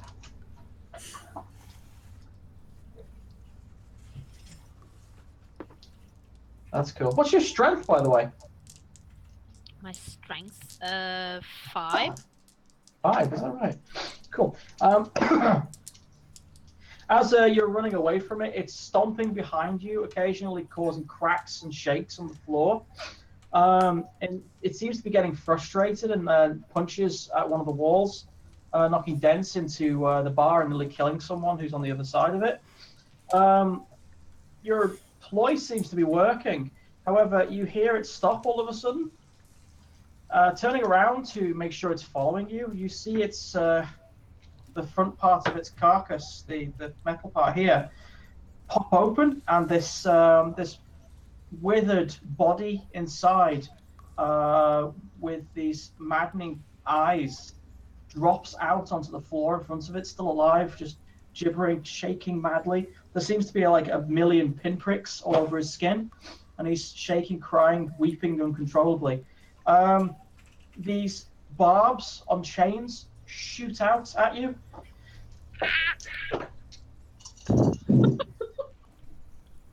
Oh my god, I'm gonna be Iron Maiden! Iron Maiden! Oh my god! Play some Iron Maiden.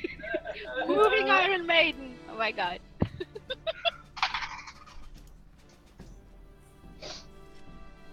Oh, really? That's that +5. Cool. Yes. What's your defense again? 17. 17. Oh, lucky bin. Yeah. Yeah. All right, cool. These there are like 4 different barb chains that shoot out at you, but you manage to dodge them as they come in, all snaking around like as if they're alive. Yeah. It seems a lot slower now, but it's raising its arms, trying with all of these tendril-like chains trying to grab you, and it seems to be moving even slower. But dear God, that's kind of creepy. Yeah, I continue to back away from it, and I'm shouting out, how's it going in there? I'm kind of in a pinch here. Cool. We'll get back to you. Meanwhile, at the Kira and Philippa show, the 2 Trevelyans are standing in front of a cell. Inside, there is this very old man with a very long greyed beard. One of his eyes is missing, seems to have been clawed out by his own hand, and he's just sitting there with his cross-legged, just hands like nestled on this chest, all quite emaciated through malnutrition. In front of him are 3 fishes that he seems to have nibbled a bit out of, and with this one greyed out eye, he's just looking at the 2. Now, say it again. You know how to get out of here. That doesn't involve dying in a watery grave. Come on now. It's not like you have anything else to do. What are you doing? Stop wasting time! Look, we need to get out. Please, just give us a hint of something that can help us. Can I roll persuasion? Sure.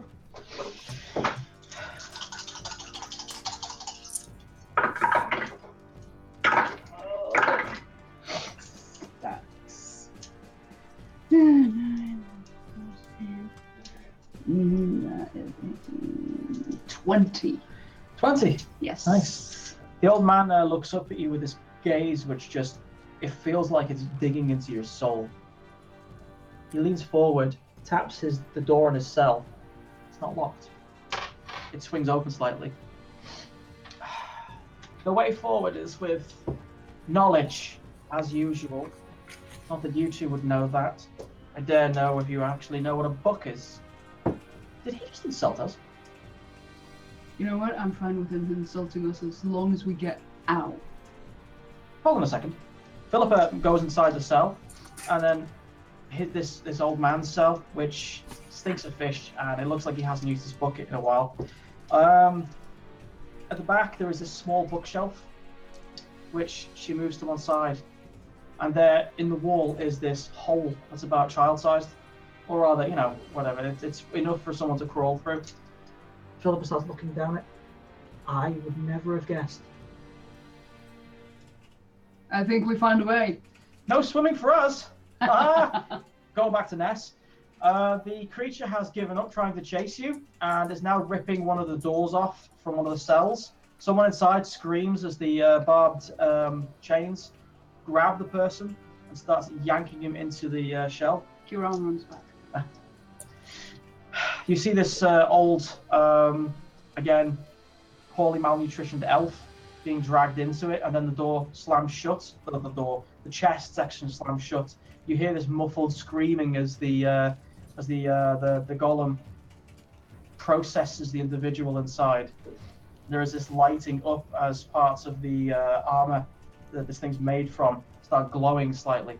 A fresh subject. It then turns to look at Ness with these new eyes, utterly in agony, but still bright, still fresh with the life that it's pouring from. And then it starts running at you. Yeah, well, I'm keeping my distance. Yeah, roll. Did we hear Constitution Ness run. yell, by the way, earlier? I did not hear what you say now, Rick. About what? Roll. No, she asked what roll. What did you say? Oh, sorry. Yeah, you meant to roll a Constitution stamina.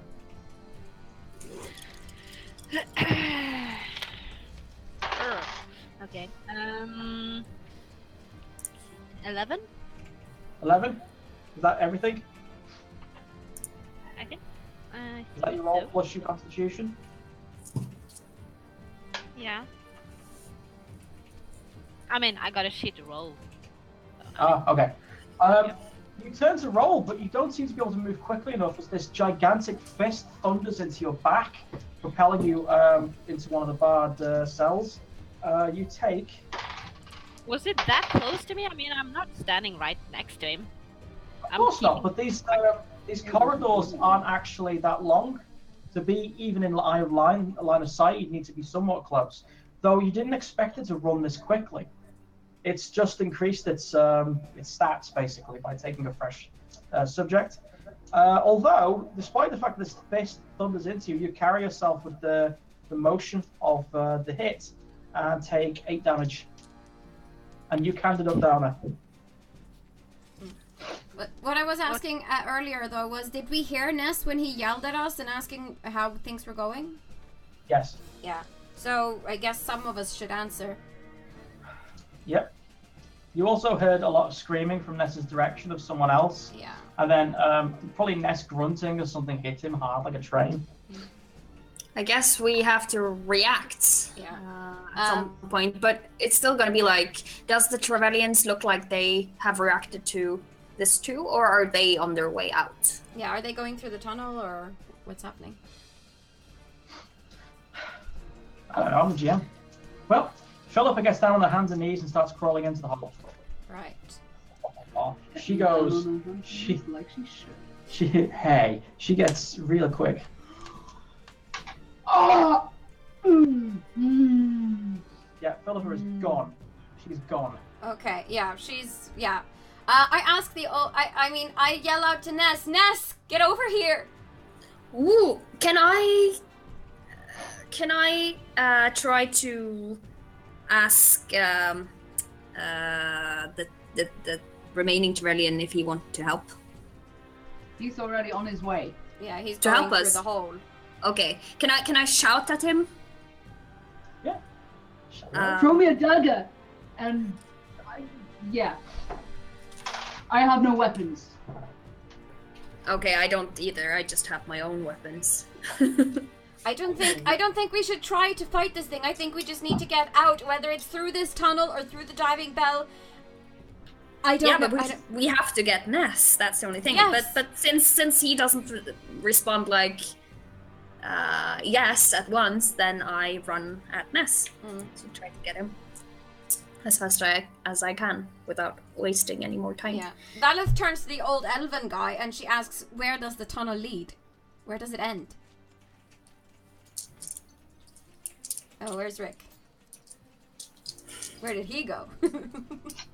He's left the building. Rick went to take a leak. Right. We'll just have to wait until he's back then. Yeah. No, but I'm trying to go and get Ness as fast as I can. Yeah, I'm just trying to keep my distance. Yeah. Not From get the- punched. Yeah. From this steel-like Iron Maiden golem. Scary. Mm-hmm. It's like from a horror movie or something. Every Yeah. time we're in combat, I have this giant stress pulse. It's like, But you're not in combat, I am. no, but we're in danger, and your character is in danger, and Valeth cares about her companion, so she's obviously worried, even if she's not in danger right now. That's so nice. Yes, and also if we have to swim out of here without Ness, I'm pretty screwed. I hope I can use my jumping check to get you, because I'm pretty good at jumping. It's one of my skills. It is! I have focus in jumping. I That's just And he's back. totally get focus in like stamina and running and swimming and stuff like that. Alright, kids, what's the plan? Okay. I'm running to get Ness as fast as I can. Yeah. And while she And does... I'm trying to. Ron shouts Run. that there's no way out. Yeah, and Valeth, while No way Tyrell out, is Matthew. while Tyrell is going to get Ness, Valeth asks the old elvish guy where the tunnel ends. Where does it go? Where does it lead?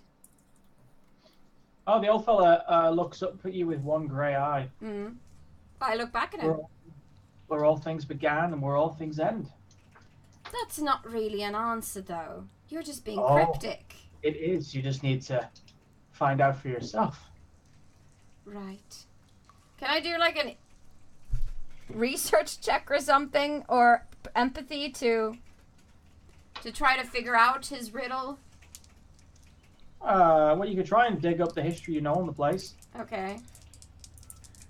That's your strength. I mean, reading people isn't one of your best suits. No. So it would be research then, I guess. Mhm. All right. Well, not research requires you to look through books, Yeah, that's true. basically. So this would be more history. History, right. I don't have a focus in that, but I do have lots of points in cunning. So 5, 6, 7, 9, 12. 12. Yeah. You ain't got a clue. Okay. Well, that's useless to me right now. And then I just look at waiting for Cyril and Ness to come. Cool. Meanwhile, Phil and Ness, and of course Kieran, you guys come around the corner to see Ness get thrown against the bars and come down to a humph. And as you turn around to see what threw him, you see the golem for the first time. This hulking metallic construct. Oh, that's ugly. You've seen it before. With a instead of the glowing eyes Still you would ugly. expect, there is a pair of agonizing elvish eyes in this helmet looking out, begging to be put down, begging to be killed. Whatever this thing is doing, it's torturing him and feeding off that agony. Oh, this is a horrible, horrible, horrible thing to do to someone. But I focus on this to get him. Well, I try to get up or roll acrobatics. You don't need to roll to get up. I mean to get Yeah. out of his way and up, kind of in one fluid motion. He doesn't have a weapon. If you roll 3 6s right now, How funny would it be if I did? don't invoke the Irish. Oh. Instead, she breaks the tower. Nah, it's not great. No, roll it without the tower. For once in your life. No. It's a double though. Kieran, wanting to help, throws this wet fish at the... Lord knows where he got it from. Throws this fish at the golem. It sticks to the armor and slides down before coming down with a wet flop. The whole scene is so absurd that the actual warden, this giant metal golem, stops for a second and then looks down at the fish. And then looks That's when back I up. get. Very well. I'm just That's getting what you out. got. Yeah, I get out and I just wanted to describe. run all I can towards Viral and this other guy. Yep. Cool. And I go like, flee! Run for your lives! Flee, you fools! Or something. I go like, we have another way out. Let's go this way. Cool. I'm You not wanna go in the hole? stopping to hear you talk. I just drag you. If I get to you, I just drag you along. I haven't stopped anyway, so. She continues talking as you're dragging her. Who? Yeah. Girl, Oh. when Ness basically just picks up Feral like that and starts throwing her in the hole or something and dives in, Feral's still talking. Yeah. I can picture it. All I right. did not agree to any of this, punk. Yeah, Very. he's not at last. Is it? It probably is by now. Well, That's Valeth is waiting. Valeth is waiting for everyone else to get in before she goes. So Valeth is last. Yes. Cool. The tunnel looks like it's been dug with a spoon or something ridiculous. It's very tight, very cramped. Thankfully, most of you are elvish. You probably have a bit of problem with that. Yeah. Good thing he's not wearing any armor. Yeah, it's a very good thing. The tunnel actually lasts a good 20 meters. But when you get to the other end, after ducking under roots and rock and all sorts of other stuff, some fossils, you're sure of it as well, but it's pretty dark. The next room you come into is lit with a strange veil fire, this green light, which is just mounted on the wall. Around you is a series of bookshelves, a desk, a bed, all manner of things, like a worn painting on the wall. The exit is blocked by rubble. And as you all come into the room, you see Philippa rummaging through all of the books and inside the desk and everything. It's got to be around here somewhere. Where is it? What are you looking for? This is the vault. The vault Or rather, of this- what? This is the warden's vault. This is basically where it all began. What began? Babbling about. What? What began? Ireland's death. This was originally a Tevinton stronghold. Okay? So this could actually give us the hint towards the Warrens. It could be the source of everything. Why were you always the stupid one? Do I? Why did father give you the damn inheritance when you were just going to spend it on whore and rum? Warrens Hey, or I do not wardens? spend on wars. I do not waste my money. I spend it on gambling. Good investment. Excuse me! Farrell kind of walks in between them and just snaps her fingers and, being as loud as she can be to try to make you guys shut the fuck up. I just completely failed a willpower check. Philip was like, ooh. Can you please explain in normal words what you guys mean? What is this place? Can we please get out? We need to get you guys. Don't look at me, look at her. Then that's what I'm doing. Well, someone should answer very quickly, because this does not look like a way out. It's blocked by rubble. You actually start hearing a thump, thump, thump on the wall from the direction you came, with a distinct impression that whatever's doing the thumping is making progress. Yeah. He's probably getting through that What do stone we- thing. At least give us a Deal. clue. Okay, Valeth starts looking for a way out, like a hidden trapdoor, or like if the rubble is movable, or any switches, or magical incantations. Yeah. I keep dropping dice. I'll try to look. What do I roll for that? Perception? What happens when I Or- don't use the dice? Ah! Found you! Yay! Okay. Took you long. Investigation? Is that it, maybe? Investigation, that's what you need. Just sad. Let me see. Searching, perception. Perception. You. Alright. Oh, little. 6, Ah,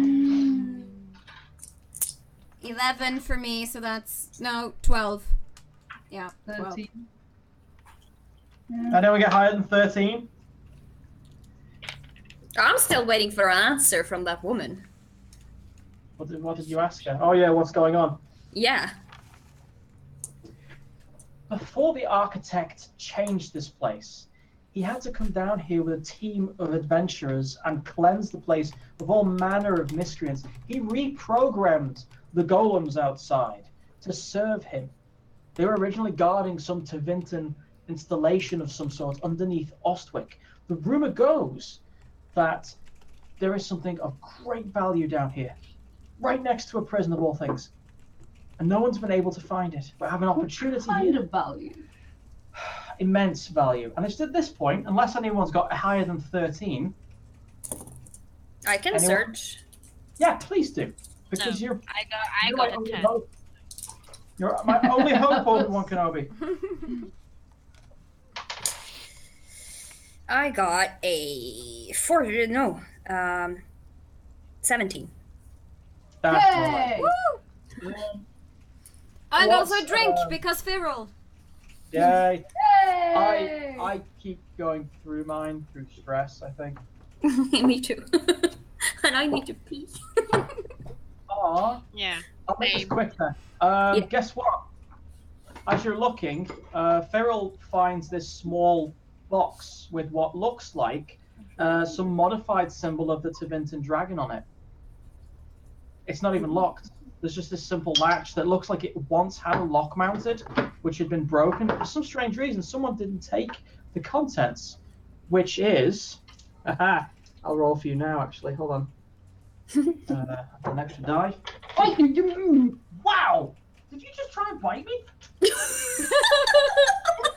Die! It's bad etiquette to steal other people's die, Rick, don't you know? I don't know, think. Obviously. Okay, what's 21 times 100? What?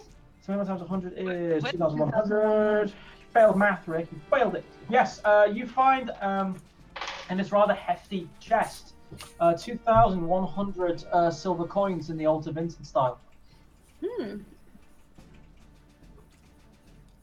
How do we manage to take this with us? Shove them in your Put it in your pockets. backpack. Alright. Or backpack, yeah. I told you it was Blanchett. Yeah. Feels like that's writer's. What's it But- called? Oh, I think it might be the Righteous Tears. Yeah. Yeah. Valid Sorry, is God, not listen. interested in the silver, at least. She's like, how can you think Yeah. about money at a time like this?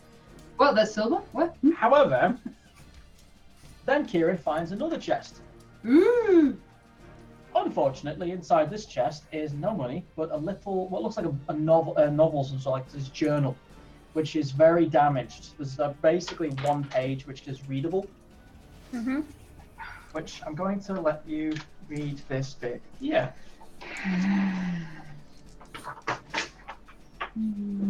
Love it.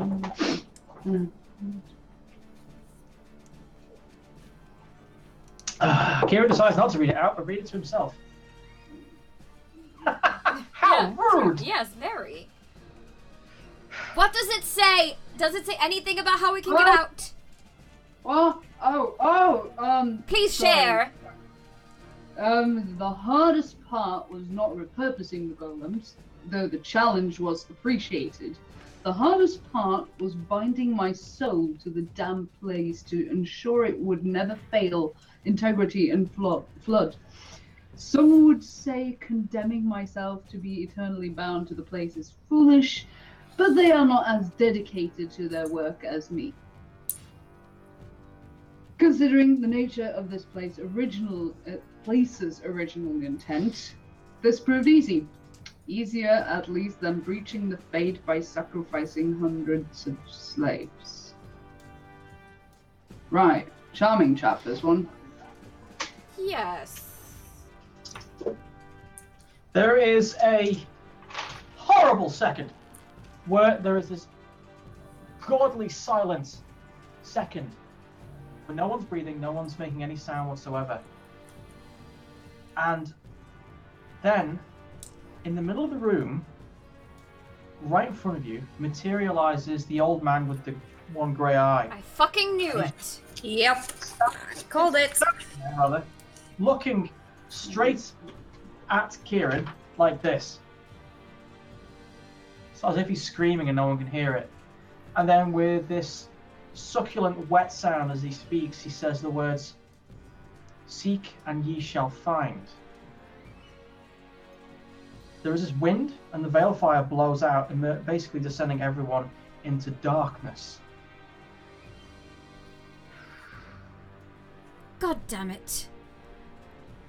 Can I do like an arcane lore thing? Maybe try to figure out what Sorry, did you two people speaking at the same time there. Yeah. First of all, I heard you. What were you trying to say? I said, can I use arcane lore to try to like discern what kind of magic this is, at least? You can do. And I like maybe- using magic as a way of detecting things. So if you roll a magic check instead Yeah. of perception, Okay, yeah.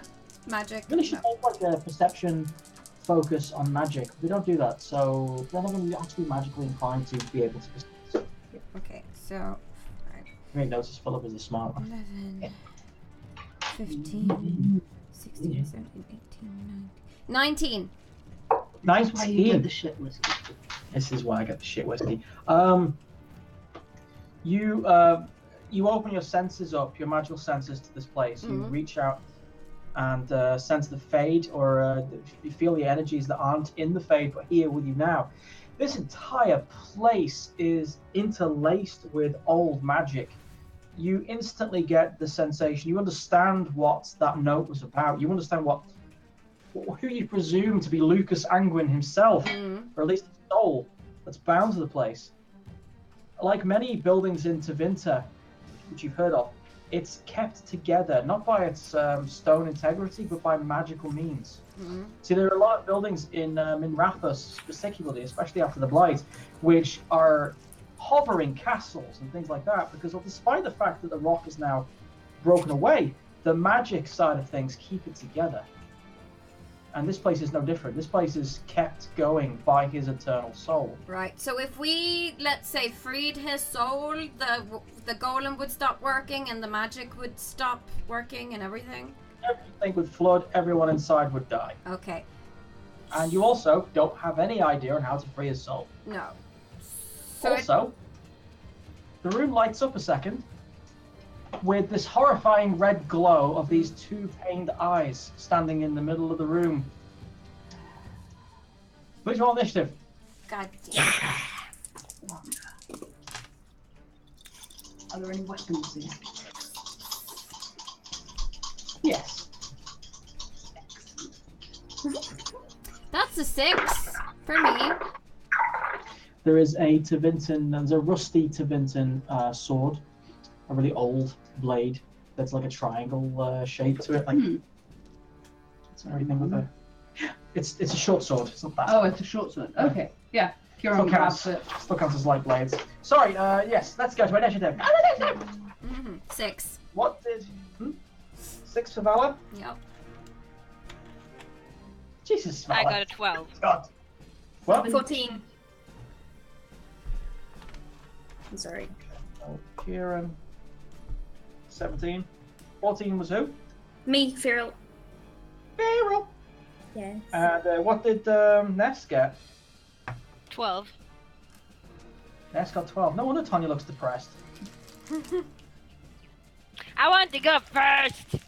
Well, it wasn't a bloody 6 at least. Be happy about that.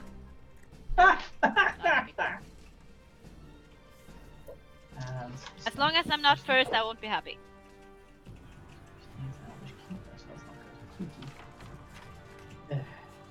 Oh, mate, it's dexterity. Shit.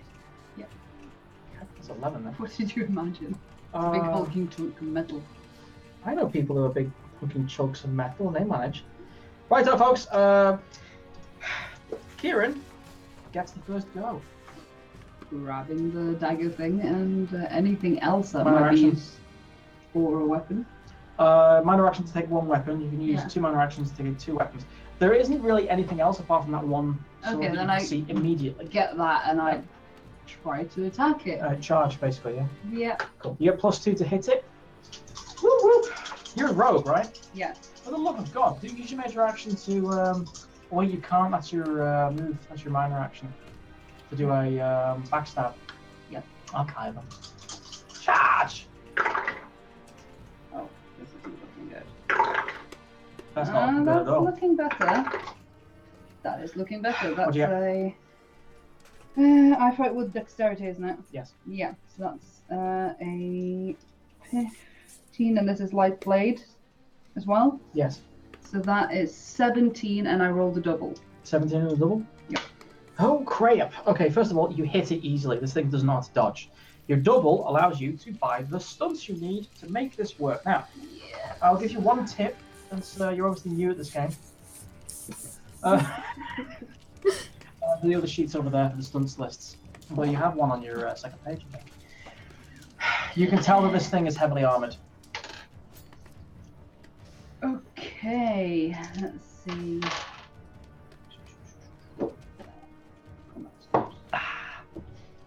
I don't think I'm well spoken as a GM in English, but I don't think I'm vicious enough as a GM, you know? What I really love is like the crying, weeping lamentation of a total party kill. Being unfriended on Facebook because everyone's like, I can't believe you made us fight an arc demon. I would like to do pierce armor and lightning attack since I have 5 stun points. Oh shit. Okay, cool. So that means You're all circling this thing, by the way. It pretty much didn't even make the hole in the wall. It's in the room with you somehow. yeah, the Alright. armor rating halved. Armor rating's halved. Rounded down. Yep. Versus this attack. Yeah. And lightning attack, you can make a second attack against the same enemy on a different one within range and sight. Or and sight. You must have a loaded missile. It's missile. Yep. Then I'll just do. You must have a loaded missile weapon to make a ranged attack. Never mind. Yeah, cool. Yes. Go for it. Yes. Then I will. First of all, roll for the damage for the first hit. What's the damage on this? It's a light blade, so it is 2d6, I believe. Is Aha! it plus anything? I have the list here. Yeah. It's a short sword, right? Yeah. Yeah. I'm the one that gave it to you, I should know. Sorry, it's 1d6 plus 2. 1d6. Also drink because Rick had to look at the rules. Ooh, Oh. this I is very drink. true. 1d6? Plus 2. Oh, well. Just pick the best one. They're both terrible. They will. Yeah. That's 4 What? on that. Yeah. And then I make a second attack.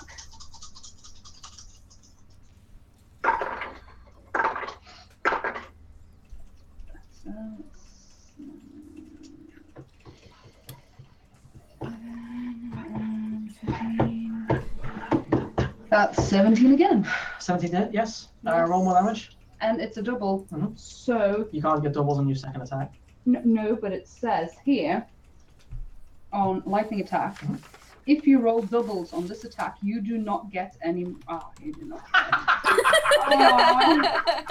Not burn! Burn was so Damn good. it. So Okay. good. It was a good burn. Yeah. I will admit that was a very Self-inflicted good burn. self-inflicted burn. The burn was so bad I started to get Vietnam flashbacks. That's better. That's 6 damage. 6 damage. What was the first one? That was 4 damage. 4 and then 6. Despite your best efforts, your attacks only get slightly through the armor. You're making no headway with that one. Even with pierce armor. Even with pierce armor. No. Marius wants to know what we're all drinking, by the way. I have no idea. I think it's White's Tears. Which is very appropriately, aptly named because it kind of tastes like it. It's terrible. This is, Jeez. the remnants of a glass of, The Red Spur, the Redbreast, actually. Redbreast, It's yeah. a Redbreast 12, I think, quarter cask. I'm going to get the bottle because there's no more in these. I was drinking vodka earlier in a cocktail, of course, but I don't have my mixing things right here, so I'm just drinking soda now. So Yeah. Yes. What a classy dame. Oh yeah. I'm on this. Carbonated water all the way. Oh, god damn it, son of a, so healthy. Mm. This is my good stuff. She doesn't let me have any of this because I drink with a loose wrist. Yeah. Ooh. Awesome. It's mine. Mm-mm. Hey, can I get back to killing you now? That'd be great. Yeah. Pharaoh, Yes, Your turn. it's your turn, darling. I like You wanna that. do a backstab? Yeah, if I can do a backstab, I would preferably do that. This thing doesn't see shit, so you've probably got a good chance. Yes.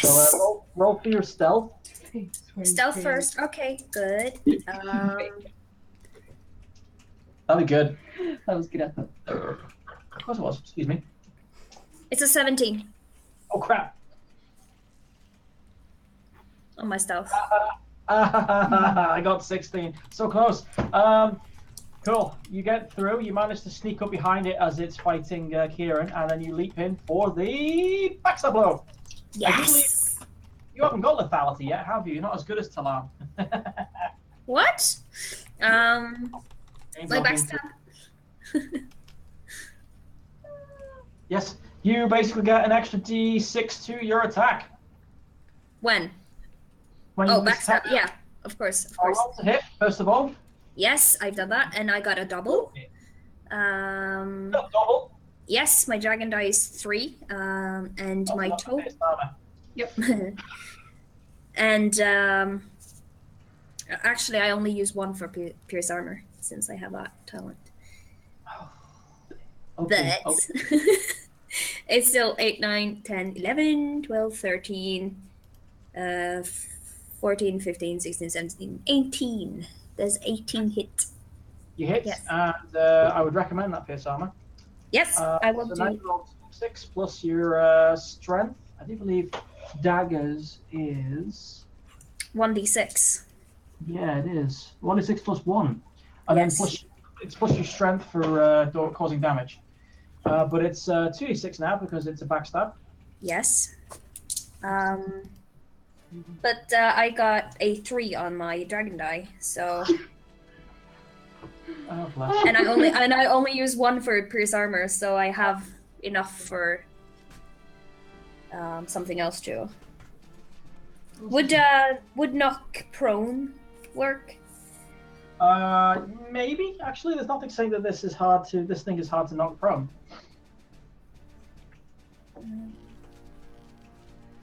Just says that any character. I just used mighty blow and get an extra d6 on the attack. Yeah, okay, I'll do that then. I'll do a mighty blow instead. But do I get 3 d6 then? Yep. No, Pretty 4? much. Yep. No, 3 because you had 1 extra, 1 for the backstab, and an extra 1 for mighty blow. Yeah, So okay. 3 plus Yeah. your strength plus Yeah. 1. Yep. Got it. 9, 10, 11, 12, 13, 16, 17. 17. 17. Drink. Drink, people. Yeah. Oh, yeah, drinking game. I forget about the Drinking drink. game. When the first time we started doing that, Anita got very drunk during the game. No, that was Tonya. That was Tonya. But I got the Asian glow going. I've never heard it called that before. I'm never using that. Cool. From behind the golem, you see a thin shadow emerge as Viral leaps from behind and manages to bring the dagger down between the armored plates. You hear this creature groaning with not only the voice of the person trapped inside, but also its own, this dull bass rumble of some magical entity screeching by its first concept of true pain for the first time ever. Good hit. That was a very good hit. Ness. Sorry, actually, hold on. That's the Philippa. Wicked. She is going to do sweet FA. Yeah, I just remember she's a bitch. She doesn't do anything. No. She starts looking around. This is why we Yeah. don't like each other. Ness, you're up. Alright. I'll just hack and slash. Or I can't slash, but I can hack. Hack and, Yeah. my mole. Yeah, plus 2 for charger. Okay, then I'll charge in. So 10, 12, and 19 then. 19. That is a clear and beautiful hit. You got a double? No. Oh. What is the point? Really. But yes, roll the damage. Yes, 1d6 plus 3 costs more. Okay, 7. 7. You got 7 in total? Yeah. Cool. Your swing with your mace, with all of your might, hits the armor plate full on, and almost destroys your wrist as it hits armor plating and just makes a resounding bong noise. Gideata asks if you're going to shave your eyebrows off. No, I'm not. You can be a murder egg too. Yes, murder egg. That should be a t-shirt. Murder egg. Murder egg. Aww. No, Firal's not gonna shave her eyebrows. I don't have any siblings that I'm gonna do that for, so. You can do the deadly dairy. Neither does he anymore. Oh.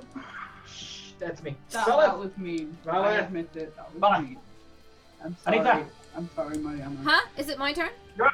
Yes. Oh, okay. I think I want to cast Winter's Grasp on it. Ooh, good call. Yes. Do it. Ooh, magic-y thingies. Yes, magic-y thingies. Alright, let's see. Winter's Grasp there. Okay. Oh, that's a double!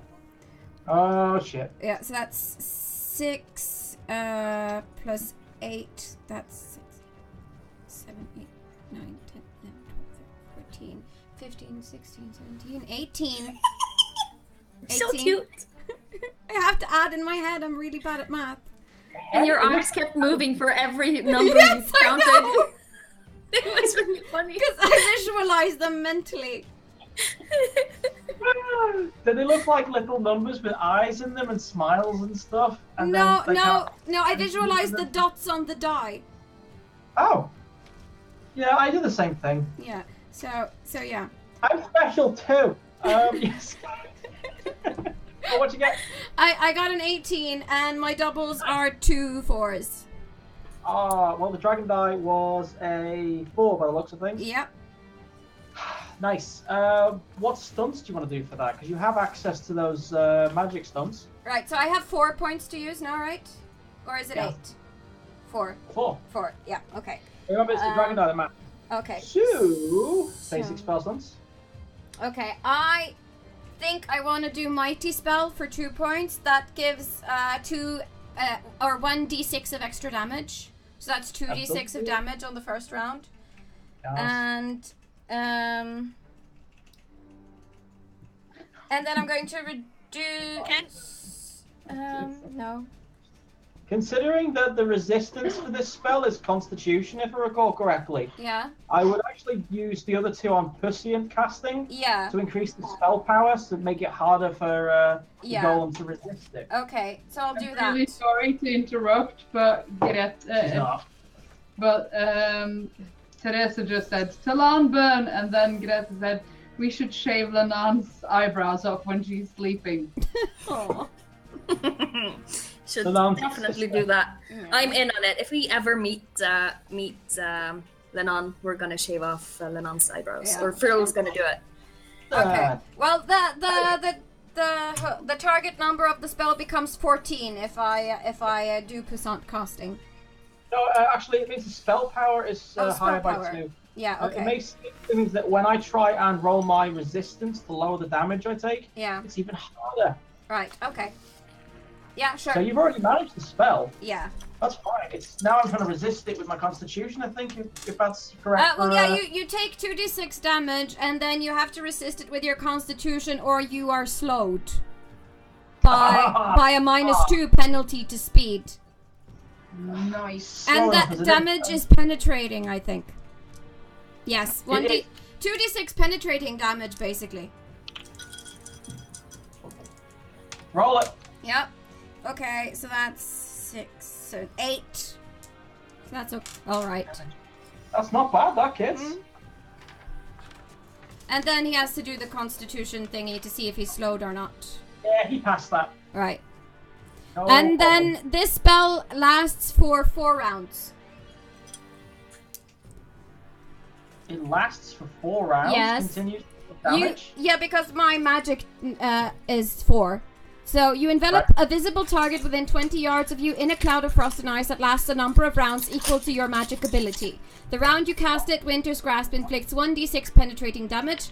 While the spell is in effect, the target must make a Constitution test versus your spell power at the start of each of their turns. If successful, the spell ends. If the test is failed, the target takes 1d6 penetrating damage and suffers a cumulative. Basically, okay. Said it yourself. Mages are OP. Well, the glass cannons, I could punch her into the ground with 1 hit.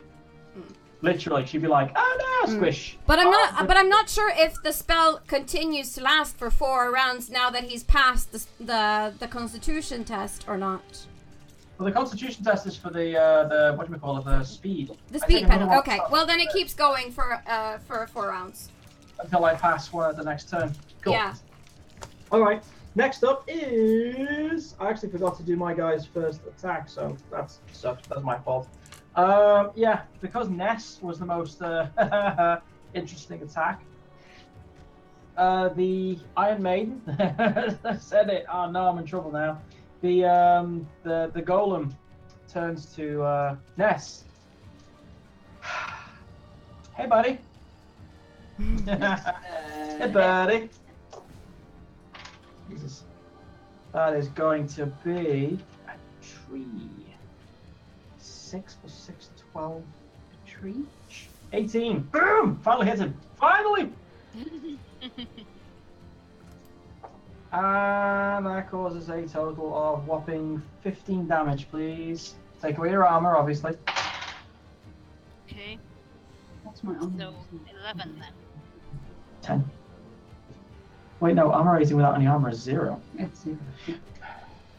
Anything goes. Not to be mixed up with your defense. Defense is your ability to dodge the attack. Your armor rating is basically... What's my defense? Your defense is 10 plus your dexterity, and then plus any shield bonus. No. Cool! Did I kill you? No. No? Then we fight. Right, it's going to be back up to... Get him! Is moi. This, from what you can tell, the golem has taken a few hits. It's got steam rising, like this volcanic steam that illuminates the darkness of the room. Backstab. And you also notice that where the rubble was before, there is no rubble anymore. Huh. Just saying. Yes, go on, go for your backstab attack. But what is there in place of the rubble? Is it a way out, or is it just a wall, or? The rubble is gone. There is a door Okay. leading down a corridor. What is the backstab? You add a d6 to your... See here. There. Plus the bonus to the attack roll. I really miss my longsword. What did you do? You know what's really cool though? The only group which doesn't have a second person in it, which has the rulebook, is the Fateswain, which really just goes to show about their lack of dedication. 15. Attack is 15. Wow, okay, yes, that hits. I'm kidding, guys, don't hate me forever.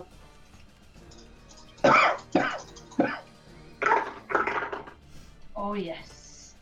Yes. Apparently this is a good sound. Sunniva is on mute because her dog is making noises. Oh. No. 13 damage. Oh shit. Okay, that wasn't any doubles then. Because you got a double 6 there. Hmm? That's 2 6s, right? No, that was the damage roll. Oh, right, Shane. Alright, 13 you say? Yep. Yep, okay, so it causes 3 damage. It all adds up, peoples. It all adds up. Yes, next up is Fidel. Yes, I'm ready. You ready? Can I do another backstab? You can't because you're adjacent to the subject. You would need to do something called a bluff, which you don't get until level 5, I think. No, I don't. We I are don't have level it 5 yet. though. So, No, bluff is next. I haven't got it yet. Yeah, what level are you guys? 5. You should have bluff. you have bluff if you're a rogue. Bluff is basically when you're adjacent at the start of your turn. You can basically go, hey, look at this. What's this? It's a distraction, bitches, and then stab them. Then I of course do that. I love this. You use, instead of stealth, you use deception, communication. Communication. Deception. Perception. Deception. Deception. Oh. Fun. Alright. That makes it worse, but sure. Such a nerd! Yeah, go on. I say I just like wink, look over there, and I got a 17. Oh, I roll against it. I can't read it from here because my eyes are old and useless. Let's see. Does your opponent willpower self-discipline?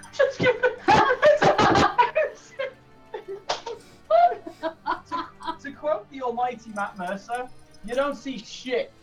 Oh wow, that's a triple 3 or triple 1, rather. Oh, Wow.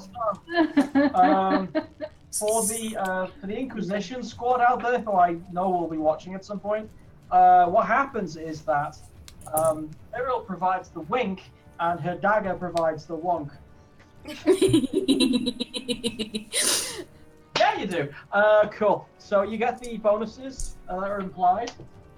Is that a fallacy yet? Stun bonus, that's the one that she's on the wall. Yeah. That's So it's usually with the backstab. basically backstab. So you get +2 to your attack roll, which you roll now, and then you get plus 1d6 to your damage. Yeah. Get a double. Nope, I didn't get the double. I'm sorry. Still alive. 12, 13, 14. 19. 19. Yeah. You hit. You don't hit. No, you just hit. Yeah, so that's 2d6 then, since it's a backstab, and that was horrible, so... I got 6, 7, 8.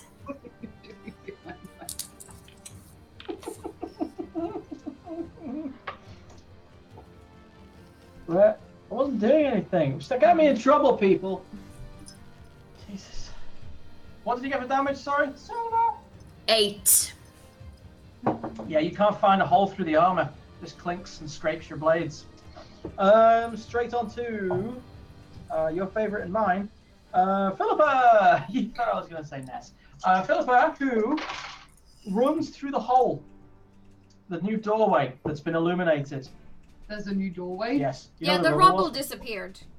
Oh! She's gone. She just like looks back and says, "Good luck," and then runs out the door. Fuck you! Oh, I hate that bitch.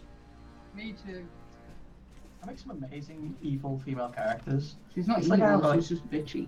I'm starting to understand why the grandmother didn't want her out. Yeah. Who would miss her? She can stay in prison. Oh, you haven't met her yet. Oh, I've got plans for that. Anyways, Ribbit 2, Ribbit 1. Yes, moving swiftly back to Ness. You're up. Hit it with your rhythm stick. Yeah. With your rhythm Yes, stick. with my little stick. So I'm just gonna regular By attack the way. with my maul, my tiny little club. Oh, Okay, stop spinning! Stop! Ooh, okay, I got a double. Yes. This is 8 plus 7, which Oh, is 15. what did I do? You, 15? 15? Doubles? Yeah, You got doubles? yeah. What did you get for your stun die? Your Yeah. dragon die? 6. Ah! Why don't you look happy? You just hit it. I and want you to know if I hit it first. I think that's a... Yeah, Yeah. that's... That is amazing. It's got a defense of 10. How do you not get this? It's useless. It doesn't dodge. I mean, I would not know what its defenses are. Obviously, I don't study these creatures. So anyway, so for my combat stun points, I want to do. Acrobatics skills of John Goodman. It's not going anywhere. God, that was That harsh. depends. No, no. That depends.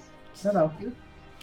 So I want to do. No, you're completely wrong. John Goodman, no. John Goodman, no. I'm sorry, John Goodman. I'm sorry too, John Goodman. We love you, really. He's still alive? I don't know. Let's see. I want to do lethal blow, extra 2d6 damage, just to actually do some damage. I would do a lethal blow and penetrate armor, or the pierce armor. So you reduce his armor and get the extra wazoo. Because his armor value is 10. Yeah. So you want to knock that down. Oh dear. Oh, It sounds like there's a seagull on Tanya's aerial or something. yeah. Tanya! Yeah, her audio just totally shorted out. She's lagging. Tanya! Don't go back in time, There baby! we go. What did you say? Repeat. Well, we said that it sounded like a seagull just landed on your head. Yeah, but before that. Aerial, son of a- Aerial! Guardsman! Okay, yes. Welcome to Norway. We have badges in the roofs with seagulls on our head. I would recommend you use pierce armor as one of your stunts. If you can afford it. I do It believe should, because it's just 2 points. Yeah, it's Also, just you get 2. discounts on certain stunts at this point. I forget which ones though. Yeah. What was it? Another player. Okay, but if I'm going to use Pierce Armor, I also want to use Mighty Blow. Yeah, but you can. It's only 4 points. You still But have I 2 can't use like Mighty Blow twice. Can No, I? you can't use Mighty Blow twice, but you can use Mighty Blow and Lethal Blow. What are you looking for? God, what is it with warriors and towers? But there. Drink. Yeah, exactly. Drink. He has to look through the rules. Anyway, drink, people, drink. Yeah, but Oh. there is no standard stunt called lethal blow on the sheet. Yeah, That's not because it's on the the updated book. version. Oh, there. Yeah. It's in a book. It's worth 5 stun points, and it's 2d6 damage on your attack. Unfortunately, Mighty Blow costs 2, so you can never use both anyway, unless you're obviously a. No, I can't use both. Yeah. That's why, because I want to do extra damage, but Well, just use. I'll use Mighty Blow, Garth. and I want to threaten. Cool. Okay. First of all, let's do the actual attack. Well, I did the attack. It was 15. Yes, and then roll damage. Okay, then it's 2d6 plus 3. Ugh. Okay, 8. You got 8. Well, it's pierce armor, so you get 3 at least. No. But roll your taunt demands that you roll a communication deception. Make a pulse test of your strength versus the target's willpower. Yes, please roll. This will be amusing. Threaten, not taunt. It is weird how threaten isn't actually in the threaten stunt. No, sorry, I read it wrong. You should go for threaten because then you get to use your strength intimidate. yeah, that's pretty much what she said. Oh my god. Damn it. No amount of reading the rules will save me from this one. And it looks like Son of us freestyling at the moment. My name is Son of a. It rhymes with nothing. Oh. I don't get it. No one does. I don't know anymore. I'm sorry. Shame. Shall we just win this dungeon, please? Yeah, well, I'm kind of waiting to announce my, intimidation. Do it. Yes, go for Ready. it. Yeah. We're all ready. I rolled. Oh, so it's 14. Oh shit. Yeah. You have to roll dex. What is it? Willpower, willpower. Well, congratulations. What do you say to this thing to get it so pissed off? You don't necessarily need to say anything. You can. I'll just go like, you didn't catch me, bang bang. That is very bad. That's so cute. I'm just saying drink because bang bang. Yeah, bang bang, drink, baby. Did anyone else see her character tatting her ass when she says that? Yeah. Ass, I should say. Get the image straight. Oh my goodness. Awesome sauce. Yes, his next attack must be directed towards Ness. Congratulations. It's going to pummel you into the ground next turn. Speaking of which, On your next turn. yoo-hoo-hoo, I get to do my next round. Cool. Yes, the golem turns around to look at Ness, which it already was doing, and it looks immensely pissed. It looks like it had been considering punching Feral or even the mage, which have been annoying it. But no, Ness is where it wants to be now. It really wants this. There it is. So that's not going to work out for me, is it? I got, crap. Wait, that was... Yep, 18 again. Woohoo!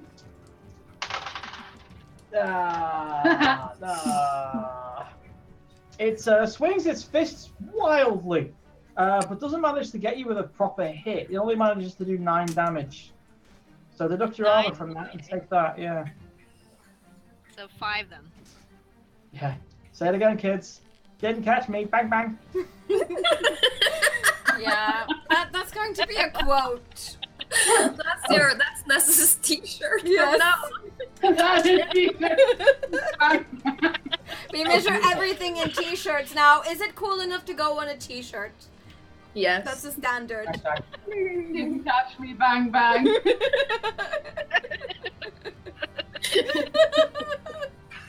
All right. So, See. wait for that one.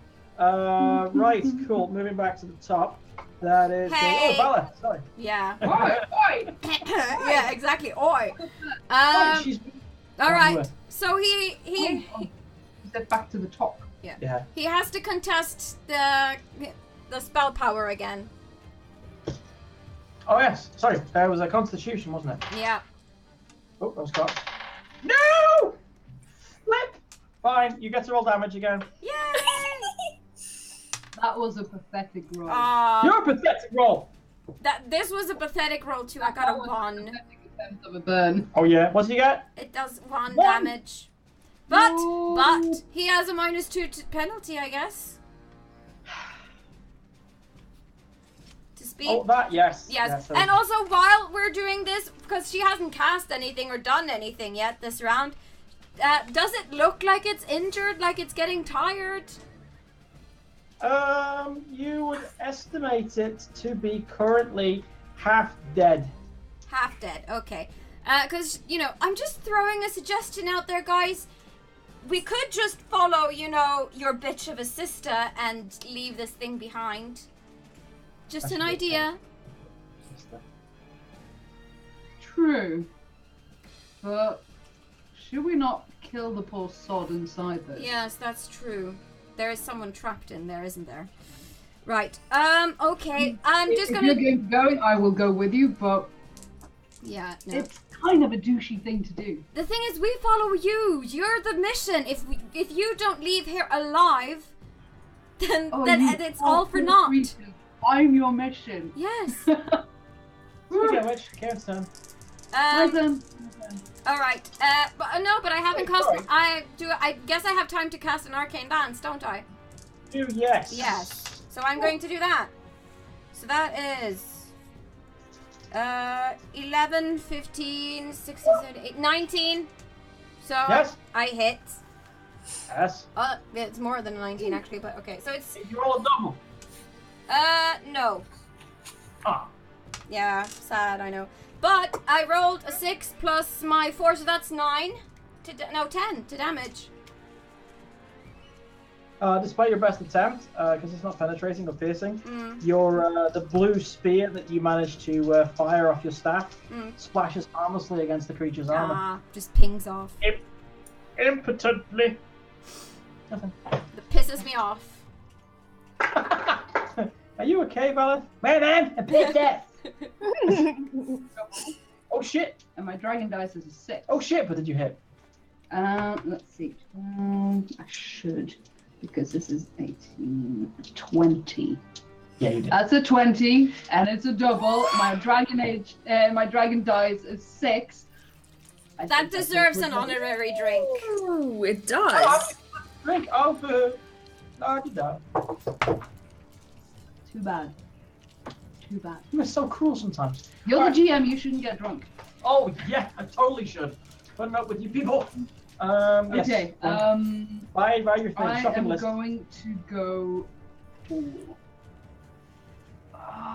lethal blow would be great, but Pierce armor and lethal blow combination. Pierce. Wait, lethal I blow. can't because that's 7 stunt points. Okay, well.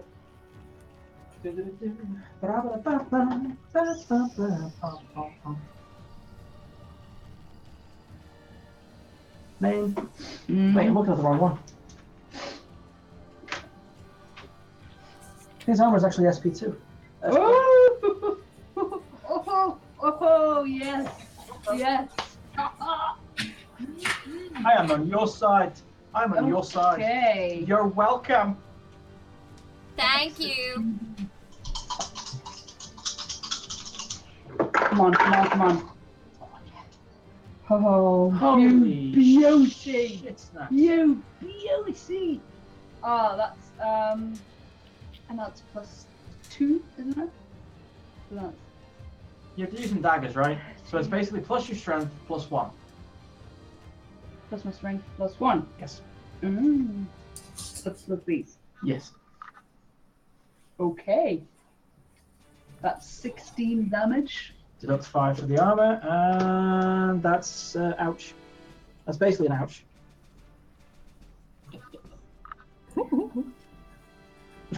This looks terrible.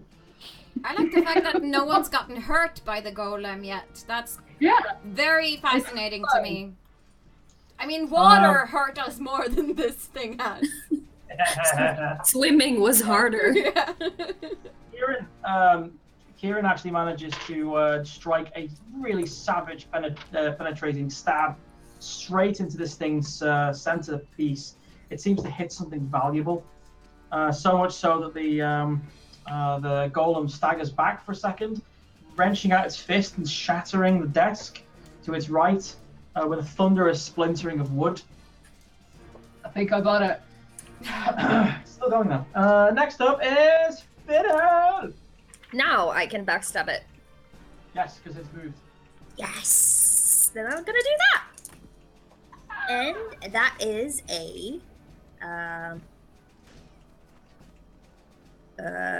19 to attack. Against that. Wait, you gotta roll stealth first to do the backstab. That was your stealth roll, which means now you get to backstab. Now you roll your attack roll. Oh yeah, sorry. But I... So you approaching, being all stealthy like. Oh, Yes.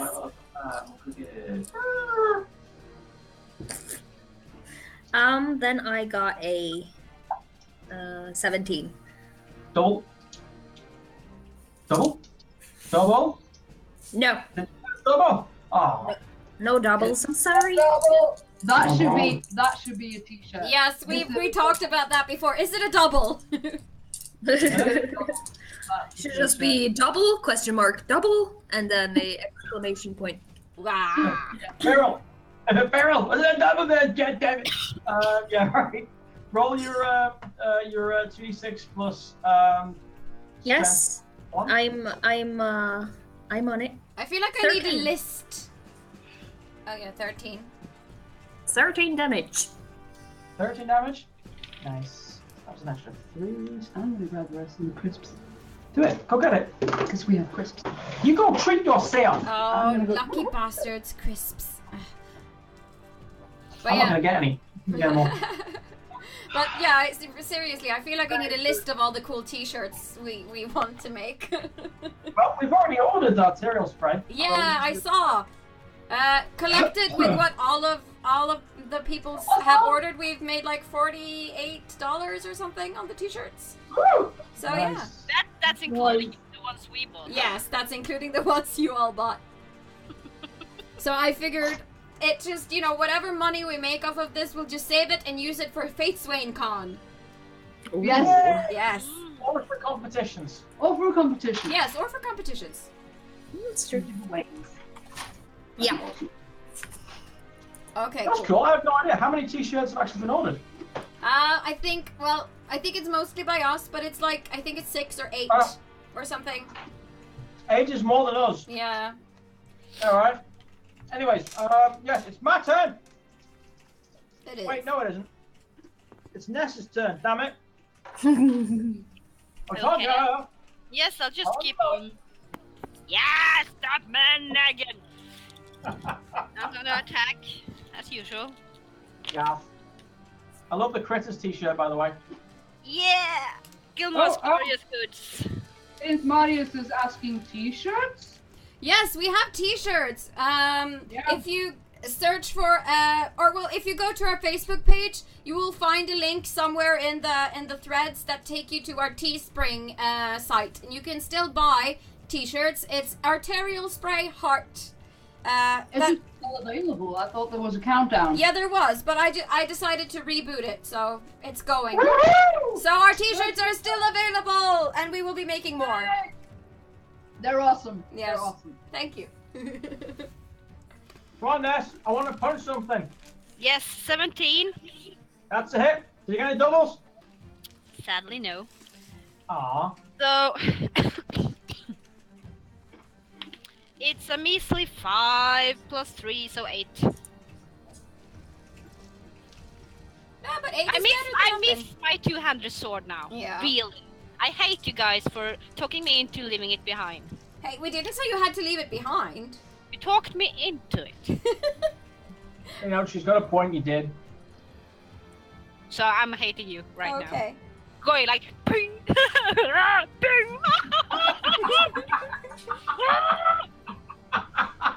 I would like to rage. I think you already are. Yes. No, I'm crying. Like,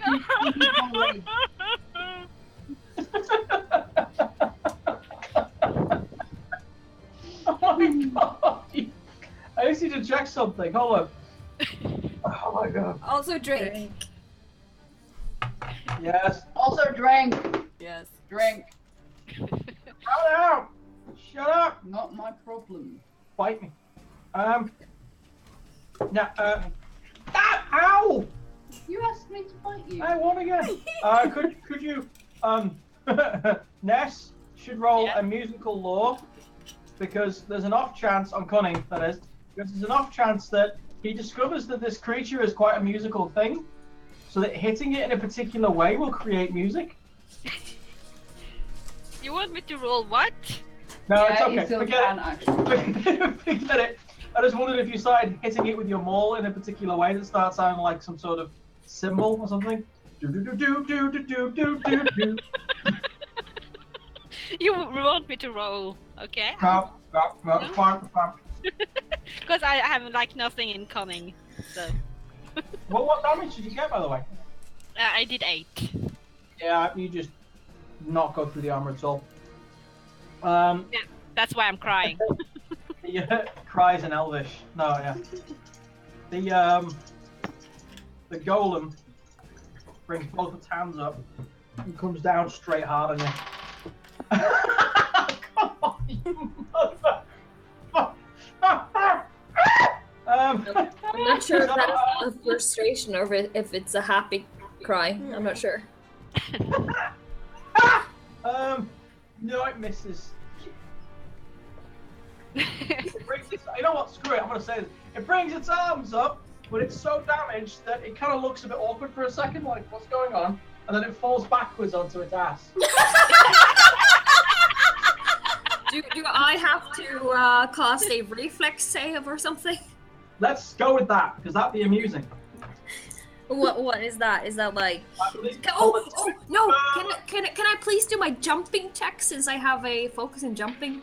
You can use your jump check. Go for it. Yes. You Thank never you. get. Jump check. That's a 15. Congratulations, you didn't get squished. Apparently, Tonya is lagging. And then Teresa says, "No, I don't think that's related. Never mind." Anyways, Valeth, Yes. the creature is down. Whoop whoop. Well, he has to roll for my spell power. Go for it. Wait, I should. Yes, you should. Oh, for the love of God! 1d6, I'm assuming? I hate you. Go on. Alright. That's a 3.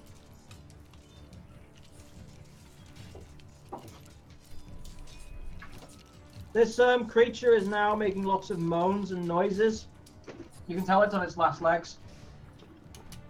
Or on its arse, technically. Kill it! Moving to Kieran. It's close to dying. I'm still smacking on it with my maul, just crying. Oh no, it's on its ass though. Is it like wiggling on the floor? No, it's just falling back onto its back. Can I It'll stab get it in up its face or something? Yeah. Yeah, I'll backstab. This will be a bluff, so that'll be based on your deception. it doesn't really matter. It's the same. That's 12. 16, Failed anyway. 18. 18? Cool. Mhm. Yeah. Plus is. Oh, it's and it's a +2, so that's +2 to attack. So 20. Now you roll to attack. And it's a double, and I got a 6. That was your deception roll, right? That was my attack. Was that your attack? Did you roll for deception for bluff? Because you rolled to deceive, because you can't. You're not charging it. You're not approaching it, so you're still Jason, which means you can't do backstab, which means you have to do bluff, which is a deception roll. Yep, that's a That's deception your roll. Now And roll to that's- attack. And that's a double. Doesn't matter for the deception roll, thankfully. Damn it. I know, right? Those are good. That's still pretty good. Yeah, you definitely Actually hit. better. That's 11.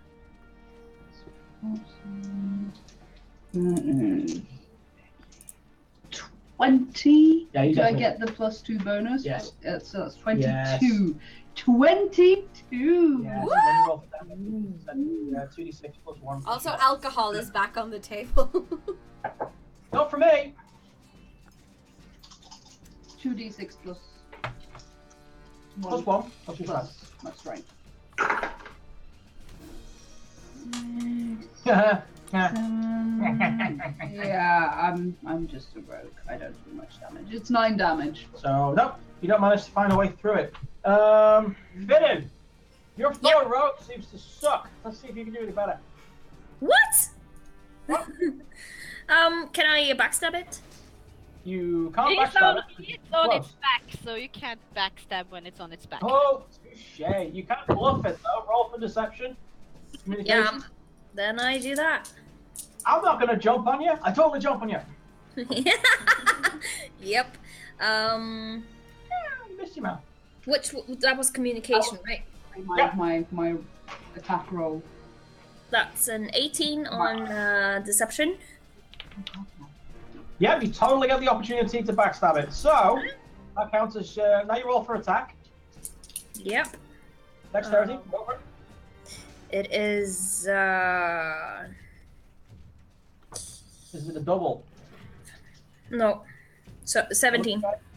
So honest. 17 is a clear hit. Now you get 2d6 plus your, plus the 1, plus the dexterity.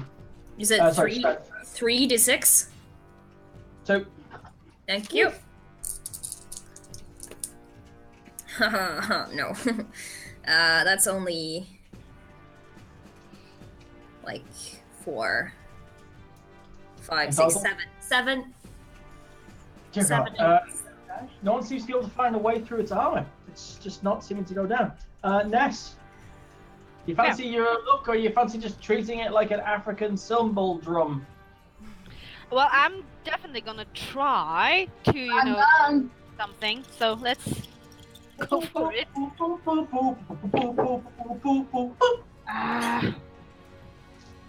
So I really shouldn't make fun of it. 17 and no doubles. Ow! So let's just drum away. No. Hold on, you're too close to the Poor screen. thing. Just 4. go screen for me. What? You only got a 4? Yes. I rolled a 1. No. That's too bad. I hate my mole. I'm never gonna bring my mole again. We just have to get back on the boat and get your Your long sword. sword, yeah. Yeah, just give me a few, half an hour. I'll go get my sword. Keep it alive until I get back. I want to really smash it. The golem gets up slightly and swings its fist out at Ness again because it's still pissed off at the whole bang bang statement.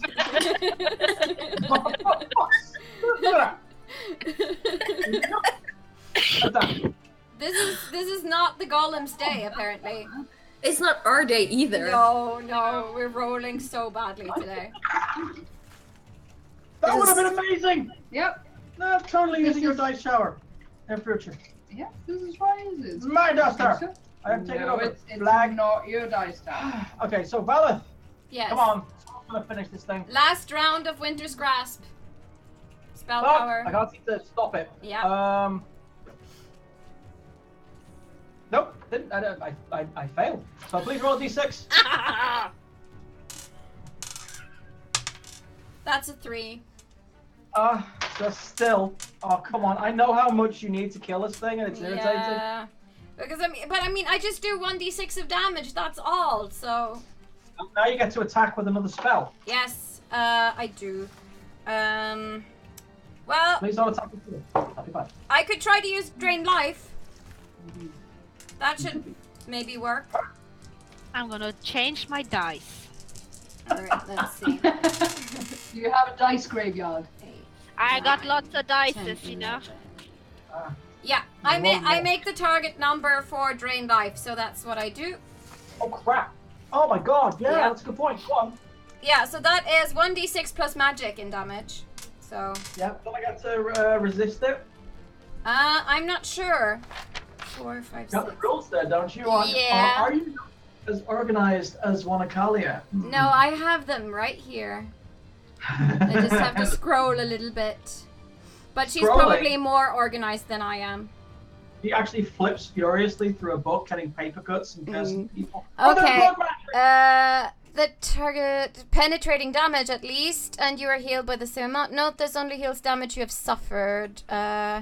Constitution versus spell power. Yeah. What's your spell power? It's 14/16, but I don't remember why the slash is there. It's because you got to focus in that particular field of magic. Oh, right. Possibly. That probably. I don't have a focus, so it's 14. Alrighty. 4 plus that's 8. I manage it. Ah, damn I'll it. take what? Let's see. The penetrating damage is only 1d6. Ah, Yeah. dear God. So Whatever will I do? It's oh, did I roll? I rolled a 4. So that's, yeah, Sure. 4. Cool. And I get 4 hit points back. This creature gets up. As I drop my dice, this creature gets up, and it turns to I don't know, Vela, as it senses the casting of more magic. It's got permafrost all over it. It's white. It's crunky. It's crackling with ice as it moves. It brings one immense fist up as it tries to squish you flat, and then your magic hits it, not affecting the creature itself, not this construction, but the person inside. And you feel this sickening thought as you realize that you're sucking the life force from the person inside instead. No, but she realized that, but the person would be dead anyway, so this is on purpose. She knows. Hey, I'm not here to judge, honey. Yeah. But, yes, you suck the life out of its battery, and the thing falls to the ground on its knees and smashes into pieces right in front of you all. Yeah. Like, the red illumination slowly dies, and then suddenly the veil fire, the lantern with the green, it explodes into illumination, illuminating the room into a green glow again. I think we ought to leave. probably before it throws any more of these things at us. Nothing else happens except that the veil fire comes back on, right? Nope, that's it. Okay. Then yeah, we pack up our shit and leave. Yeah. Can I just give the metal heap a last clang in the head before we leave? Nice.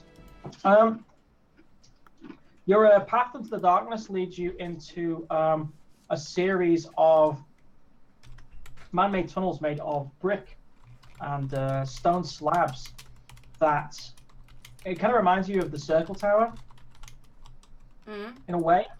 There's lots of draconian gargoyles everywhere, and you can hear, you don't need to roll for it, but you can actually hear the shuffling of metal and something else, and every now and then you can hear this in the darkness ahead.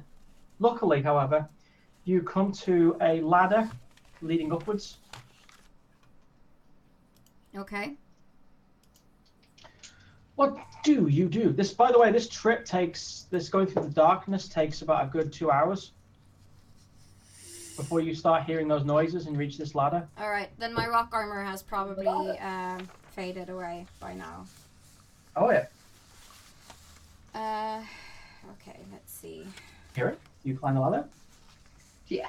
Yep. Well, maybe not have him go first. If he dies, let Okay, Pharaoh or I'll Ness go. go first. Yeah. I'll say ladies first. Ness? Ness first. Ness goes up to the top of the ladder, and you realise that there was some sort of doorway, or rather a hatch, but it's been taken open. It's been opened.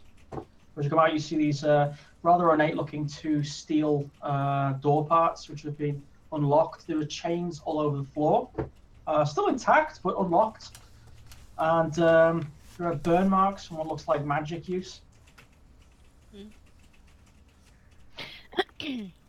Okay, You are, of course, also on the streets. I woke up. Yep. Okay. It's kind of like getting dark now. Most people have gone to bed. But you're on the streets in Ostwick. You assume this looks like the slums part. But looking back at the actual grates that you've come through, it seems like one of the sewer grates that you've seen around the city before. But this one's had chains all laced across it with warning signs and everything. Okay, before I get up, I'll just, say back to the others. I think we're back up. It's the streets, part of the slum. Just wait a few seconds. I'll go up and see if the coast is clear. All right. I can tell you now, the coast is clear. Yeah, well, then I just, put my head down again and say, okay, the coast is clear. Yeah. Come on. Okay. Valeth climbs up, I suppose, and then Kieran or Farrell or Feral goes last.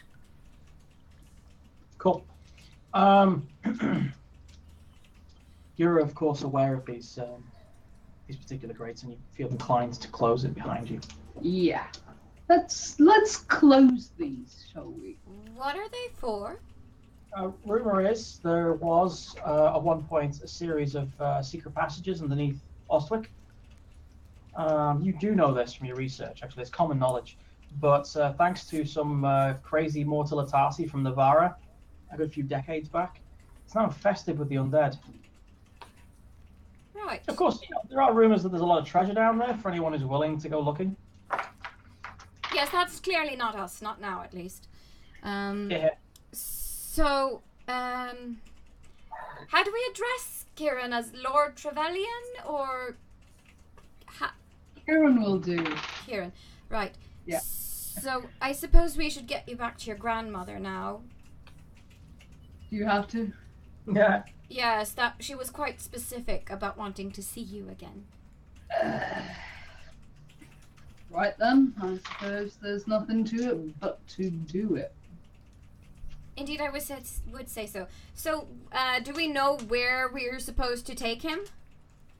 He knows. He knows. It's Okay. one of the manors in the inner city, which you can't approach during the night. Unfortunately, the gates are open during the day. All right. So we have to stay somewhere until morning comes, right? Mm-hmm. I know a place with good rum. However, as the time is 10 o'clock and I have a rule for keeping it at 4 hours, I will knock it into a quick time. Yeah. And state the following. You do manage to deliver Kieran back into relatively friendly hands. So you may, this won't be the last time you've heard of him, obviously. You From him. hear from him, yes. I've heard of him. Won't be the last time you'll hear from him. But when you get back in touch with Adar, the success of the mission has come through.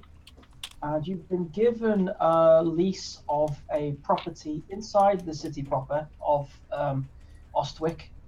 That's part of the Trevelyan household. Ironically, and something which Lady Trevelyan, who you've learned is called Esme, who's the grandmother of Kieran, has not had a problem with revealing that the particular manor that she's basically giving to the Inquisition was once part of the inheritance to Kieran, but he's apparently lost that right because he's, as she puts it, a mischievous little bastard. That's true. That's true. Okay. This place is called Equin House, and this is a manor in the around the center part of Ostwick, in a good particular place. You haven't moved in yet. We'll do that another time. Yeah. But it looks like you've got your sponsorship. Also, she's basically given you essentially alternative identity, should you need it. What kind of identity are we talking? Going to probably not be lords and ladies, however. For the moment, at least, it's going to be distant family relatives, since House Trevelyan has allegedly relations in everywhere from Tevinter to Navarra, and sometimes in Olay as well. It wouldn't be too far-fetched for you guys. Well, someone who's human would probably have to pretend to be related to them, seeing as none of us are human. Yeah, that is a problem, although slavery is forbidden in Ostwick. Yeah. At least in the legitimate sense.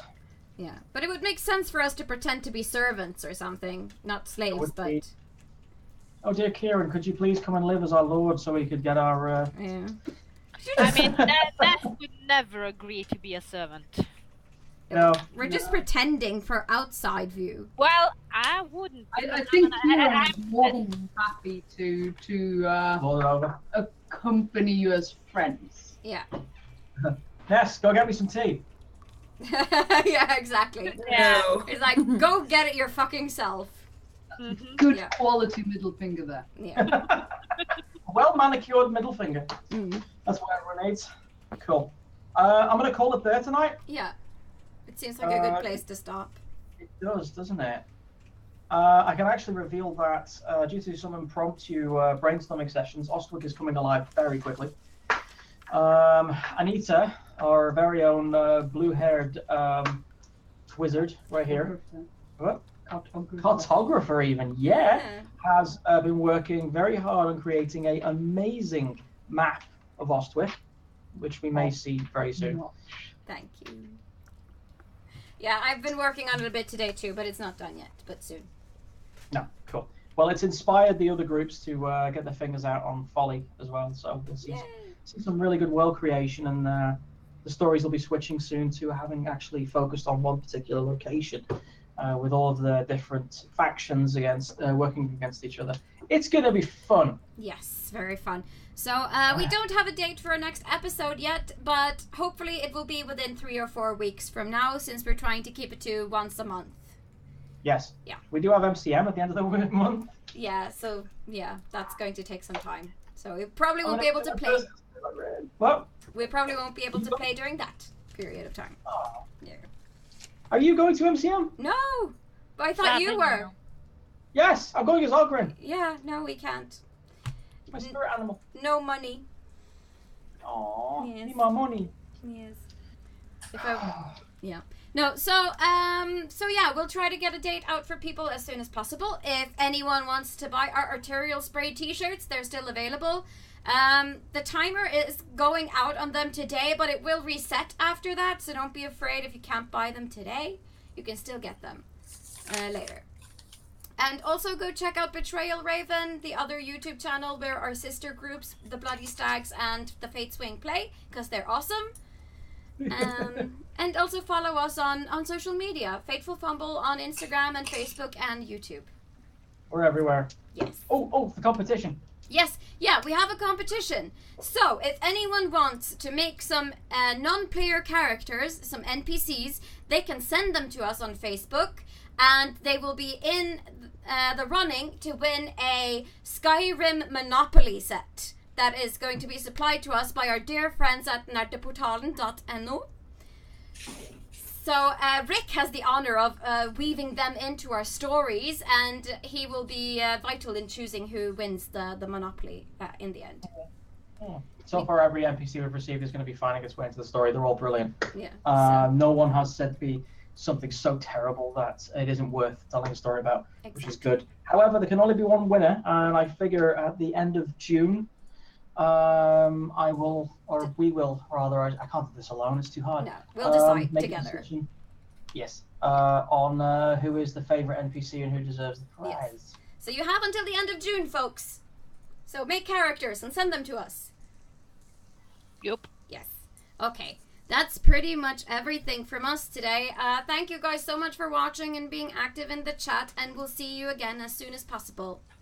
Okay, bye. Bye bye, everybody. Bye. Bye bye.